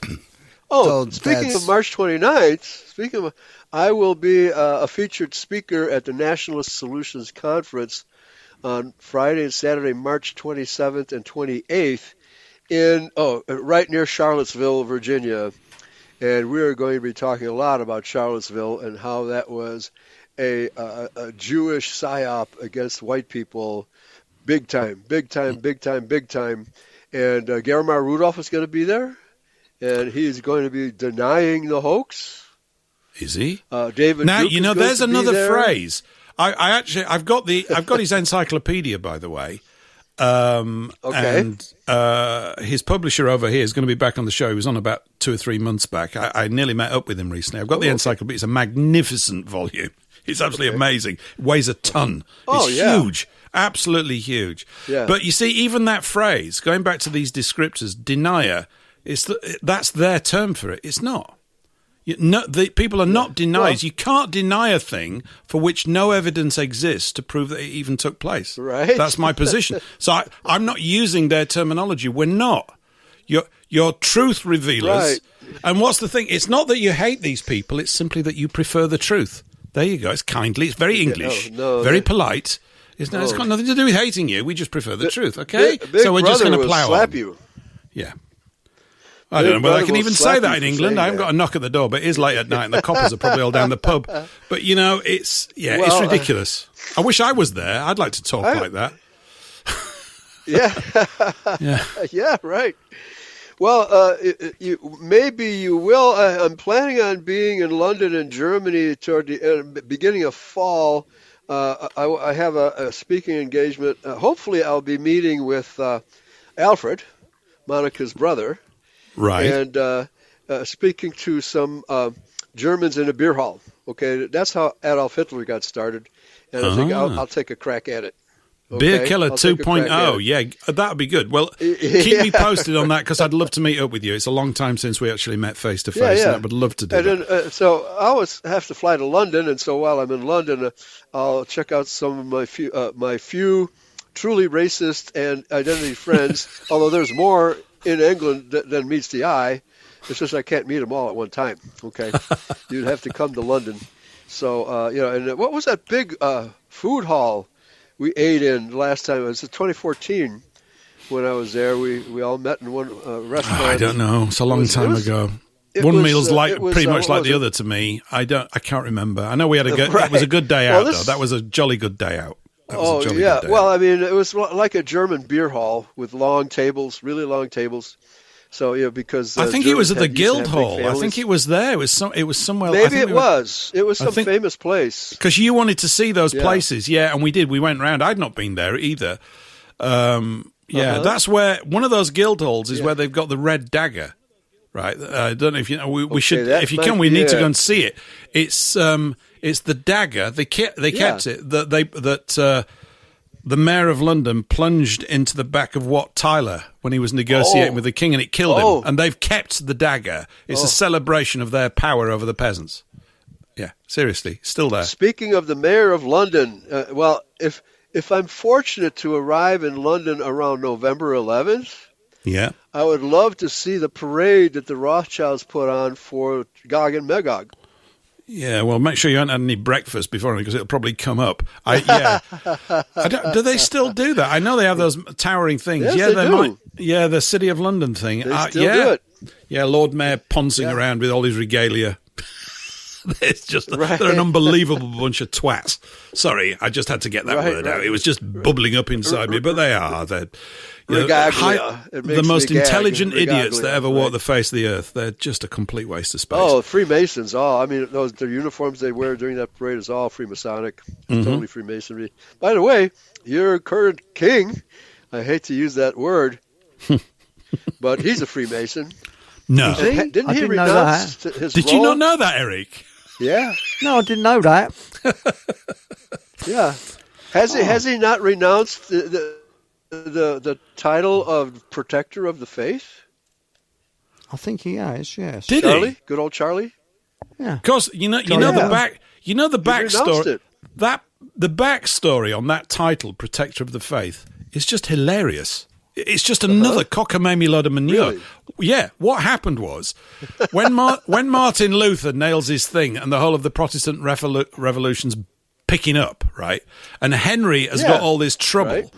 But before his troubles, Henry was an ardent Catholic. He took Mass 5 times a day whilst he was riding around on horses hunting. This is when he was a young man. And there are all these reports from Venetian ambassadors that came over and met Henry. I've got them, some of them. They're absolutely brilliant. It's as if you're there in the room with him. And they're saying, he's by far the handsomest prince in Europe, intelligence, speaks 5 languages. I mean, he's a really bright guy, right? Of course, he falls off that horse or that horse falls on him and everything turns sour. But the whole place was picked up. Anyway, when this is kicking off, before he decides that this would be a good, or his advisors say, we're going to go Protestant now. This is the way to get out of all these marriages and all this, that, and the other. He didn't like Martin Luther. Wasn't a fan. So he wrote this defense of the faith, and it went to the Pope. Oh, boy. And the Pope read it, and he said it was so brilliant. He said, this is the greatest defense of the Catholic Church I've read, and therefore I'm going to give you a title. From now on, you are Defender of the Faith. Now, what's really funny, of course, is that England then splits from the Catholic Church. Oh, the Catholic faith. Yeah. He then splits from the church, but he didn't want to give up the title, so they've kept it ever since for 500 years. Which faith are you talking about, you daft twat? It's just ridiculous. Oh no, I've got a title. I want to keep that. Yeah, great. It's everything they do is 10th rate. It really is. But they're very powerful, unfortunately. Okay, so now, today we've gone from Havana syndrome to Stockholm syndrome and Trump derangement syndrome. What other syndromes are we, privy to these days? How about Muslim? In New York City, Mamdani, the Jewslim. He's a Jewslim. The Jews put him in mayor of New York City. They had a gigantic Muslim chant in what's the name of the square where they have the New Year's Eve business? I forget the New York center of Manhattan. Times Square. Yeah, New York. Yeah. Times Square. Thank you. Yeah. Those rotten Times Squares. And so they had loudspeakers while they were chanting these Muslim prayers, and the New Yorkers were not happy. They were not happy. And so we'll see how long that lasts. They might at least have to turn off the loudspeakers. Yeah. Okay. Samakoma, There's by no the way. need for loudspeakers outside. No. Just trotting back to the Henry VIII thing here, there's a nice comment in from Samakoma. Writes, Henry VIII was apparently a completely different person before the head injury from the horse. Wonder if there any parentheses doctors were involved. I think there was a lot going on. I mean, the backstory it's to do with Venice. A lot of it is to do with Venice, which was a haven for the people that we can't talk about over here, but it was. The Medicis, the Borgias, they're all Khazars. Let's use that. We'll use that word for now. They're all Khazarians. Right. Many popes were, and the black nobility of Venice is primarily Khazarian. And what happened was there was a thing called the League of Cambrai in the early 1500s, and England, at the time being a Catholic nation, joined it along with the French and the Spanish, and there were 50,000 troops outside Venice. Hello, Paul? Are you okay? 50,000 what? There were 50,000 troops outside Venice on the marshland. Troops. Troops. And they went in and they said, because basically the Pope had said, look, these Venetians, they keep sending boats out and taxing anything that goes by. I wonder who does that, right? That's Khazarians were known for doing that. They were anything that went up and down their rivers, they'd send a man of war out and take money off it just for going up and down the river, right? That's how they sort of thrived, if that's the right word. But not all the money, because they didn't want to kill trade entirely. That's right. And the Pope had had enough. Just let me get to the end of this little tale. So they'd had enough. The Pope's had enough. They get this thing. They march on it. They go to them. They say, you're going to stop doing this. If not, we're going to just completely raise Venice to the ground. And they went, yeah, you are actually. We're completely outnumbered. So they acquiesced. So they go into talks afterwards, along with the Doge and all that. And by the way, the Doge system is what is the Houses of Parliament. It's the same thing, right? Because it's the Venetian. It all came over with this so-called democracy crap. Doge, Doge. Yeah, he was known as the Doge. What is that? I think he I'm was the spelling head it boss right. of Venice. He basically ruled all the families, all the powerful mercantile families that were in charge of Venice, right? And they got together. Is that where that's? Is that where the saying "paying through the Doge" comes from? I don't know. I haven't heard that one before, but maybe I'll start using it. Please continue. Yeah, well, we're nearly at the end, but it's a key part. What happened was they said they were a bit cross, these Venetian merchants. They didn't like it. Oh, we don't like this. They said, we're not having the Pope doing that to us again. We'll destroy Catholicism. That's what they said. We're going to destroy it. So through the Fugger banking family, or not Khazarian, but major banking family in Germany, they got them to fund Martin Luther, and they also sent many of their sons off into monasteries to understand the structure of the way that doctrine was disseminated throughout the Catholic Church. Yep. And they said, we'll become priests and we'll destroy it from within. And they therefore laid the groundwork for creating Protestantism.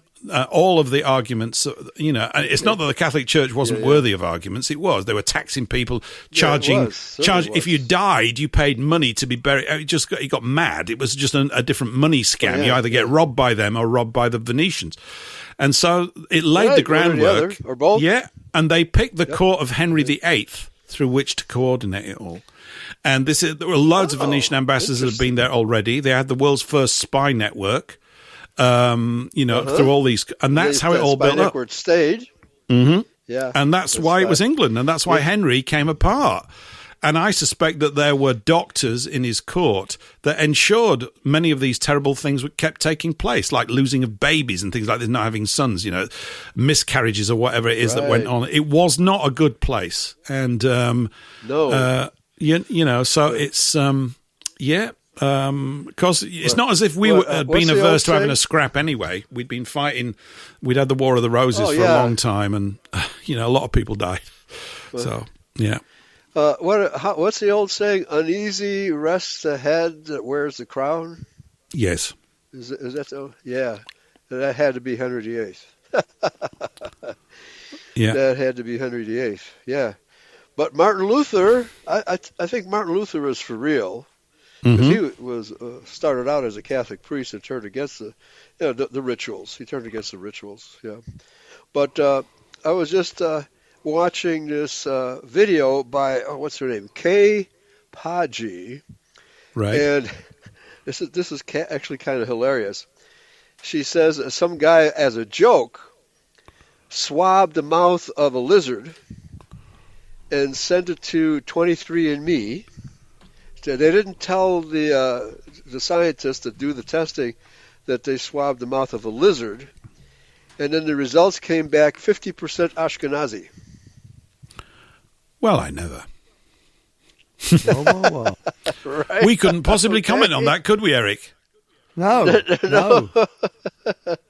She swears that really happened. The Lizard Kings. The lizard. I wonder if the Doors had some inside information about that, right? Oh, man. So the world is a much different place from the fairy tales called history. Yes. That we read these days, right? So anyway, Havana syndrome, Stockholm syndrome, and, I guess Baker usury syndrome, mortgage syndrome. A lot of people die of mortgages, don't they? Death gamble is what it means. You would if you issued one in the Middle Ages round here in these neck of the woods, and you were found issuing a mortgage, you would be hung, drawn, and quartered for doing it. Right. That's when the church still had some connection to justice. Yeah. They knew what the problem was, but it's been, they all get paid off. This is the problem. You go, morally I'm for this, but I actually do need a bit of money to buy that horse. So, okay, I won't talk about this anymore. That's how it happens. It just people get sort of seduced by finance all the time. It's a very strong impulse. When I was in London in 2014, Andy took me to see the House of Rothschild on that back alley. I think that's Threadneedle Street. I mean, what an inconspicuous place. You would never know that the entire world, the entire globe is run from that little street, back alley in London. You would never know it. No. But then the stock exchange, the Bourse, is only like half a block away on a main street. Yep. Okay, maybe you know the name of this. That's where I nearly got run over by a car. You did, actually. Yeah. Oh, you did. Being an American, I looked the wrong way, stepping off the curb, right? I looked to my right, expecting a car coming from the right, and wait a minute, and fortunately the Britisher slowed down, and he didn't run me over. Good on him. So well done, sir. I do okay when I'm. Yeah, right. Yeah, that was very kind of him, not to run me over. It was. And so We're quite I'll polite never do like that again. We try to not run Americans over if we can possibly right. avoid it. It's not good form. It's bad. And I'm not even a Muslim. No, but there were no Muslims, as far as I know, in 2014. Oh, there were. Boy, times have there changed were quickly, loads. have We they just not? didn't take you there. There were tons. I was working in Whitechapel in the early 90s, so this is what 35 years ago. Sorry, I keep on doing this. It's a bad habit. Yeah, but yeah, they were all there. There was a Long massive time. mosque there and all that kind of stuff. But again, they're a symptom of the breaking of this law of allowing aliens to live with us. And then people get head up and they go, oh, you're a racist. They go, no, I'm a lawist. I want to obey the law. There's a good reason for it because everyone, us and them, will be happier. You know that thing, the seed grows best where it falls. It's just true. So I've said that I'm a locationist. I don't Eli. think they'll be happier. I don't think Muslims will be happier wherever Well, they that's are, down to them, isn't it, because really? But it their doesn't seem to me women that we should spend our happiness and have none of it, and then we're all unhappy. Yeah, This is just mad. Making us miserable. Yep. Right, making us miserable. The fact is that women are horribly treated under Islam, and whenever an Islamic man has an affair with somebody else, male or female, the wife of the Islamist, gets stoned to death. Yeah, it's a bit rough. That's how they do things over there. Yeah, it is a bit rough. Yeah, right. And so Islamic law, Sharia law, is not what we want. I don't know if the people of Britain understand that yet. Well, we can't. It's France. not possible I think to France is in apply the it same to boat. us. It would be impossible to apply it to anybody. I mean, there was that little thing I mentioned. I sent you the link to it, although you know all the stuff in the thing. But I mentioned either last week or the week before this chap Dustin Nemos and his 1 hour 13-minute interview with a guy called Germ Warfare on the UK column. It's an excellent primer. It's extremely. He tells the story so well. It covers. You'll know everything in it, Eli. You will learn nothing new. But it's it's good to hear it. He's a generation or two down from you. He's late 20s, early 30s, I think, from looking at him. Right. And he does a fantastic job of He's nailing a farmer. the whole thing in, from giants to lizards to symbolism to the destruction of babies to the worship of Moloch, right through the line to today. There's a line, and the more you look at it, the clearer and clearer. That is worth everybody's time. That's curious about this. It's more than curious. You should be compelled to find out. Yeah. And it releases you. You go, now I can see it. Yeah, it's very good. Sorry. I'm glad you mentioned that, because the Epstein files, the data dump from the Epstein files has proven that all of our conspiracy talk is true.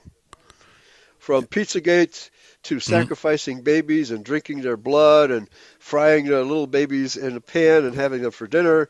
It's all true. It's all in the Epstein files. And I mentioned that, my daughter sent me that meme that I described of the two girls. Yeah. And the most searched word on Google the last couple of weeks is goy. Is it really? Yeah. The goyim don't know they're goyim. Now they found out who they are, or what the Jews call us, right? So there's a great awakening happening, and Mystery Babylon is being exposed for what it is. It's a global empire of merchants, the abomination of desolation, the mother of harlots, and all of the abominations of the earth are being exposed thanks to the Epstein files. I guess neither the Democrats nor the Republicans could keep a lid on all of this. What would you call it? I mean, it's abominations, perversion. It's beyond description how evil it all is, right? Beyond description.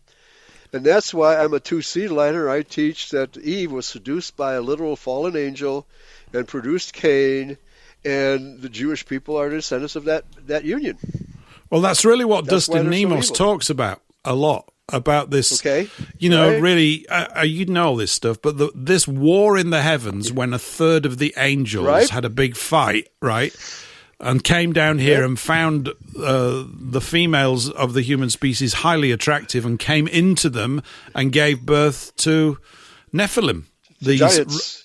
giants, the men of renown of the giants. past, these huge lads, literally Right. massive blokes, 35 feet Right. tall at least, from some of the FEMA reports Some I've of had. them, yes. Yeah, and FEMA, I don't mean the camps, they're I mean all- that bone in your thigh.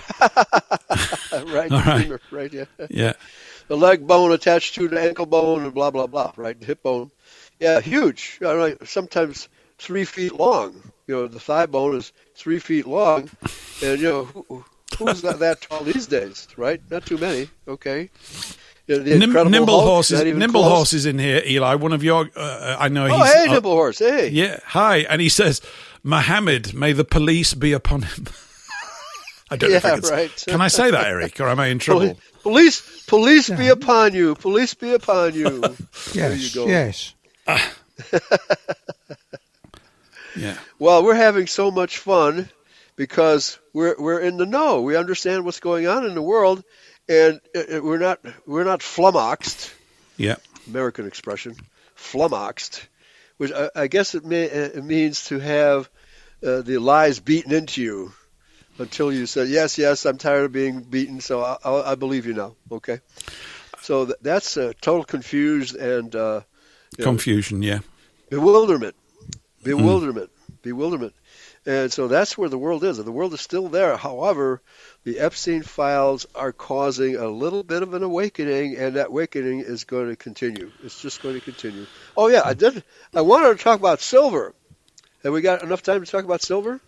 You can talk about silver. You've got about 2 minutes, if you're lucky. 2 minutes. Okay. Well, the silver market has been conditionally suppressed for the last 10 days.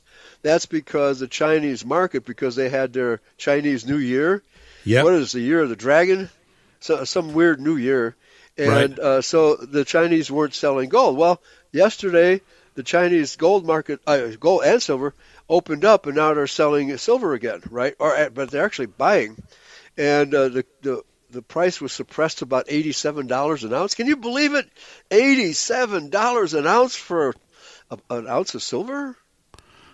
Yeah. That makes no sense, but that's what it's selling for. And it's going to go higher because all of the futures contracts at the COMEX in the Chicago, Illinois, where the futures markets in silver are sold, they have issued a lot of paper for like 163,000 ounces of silver, but there's only 88,000 ounces of silver available.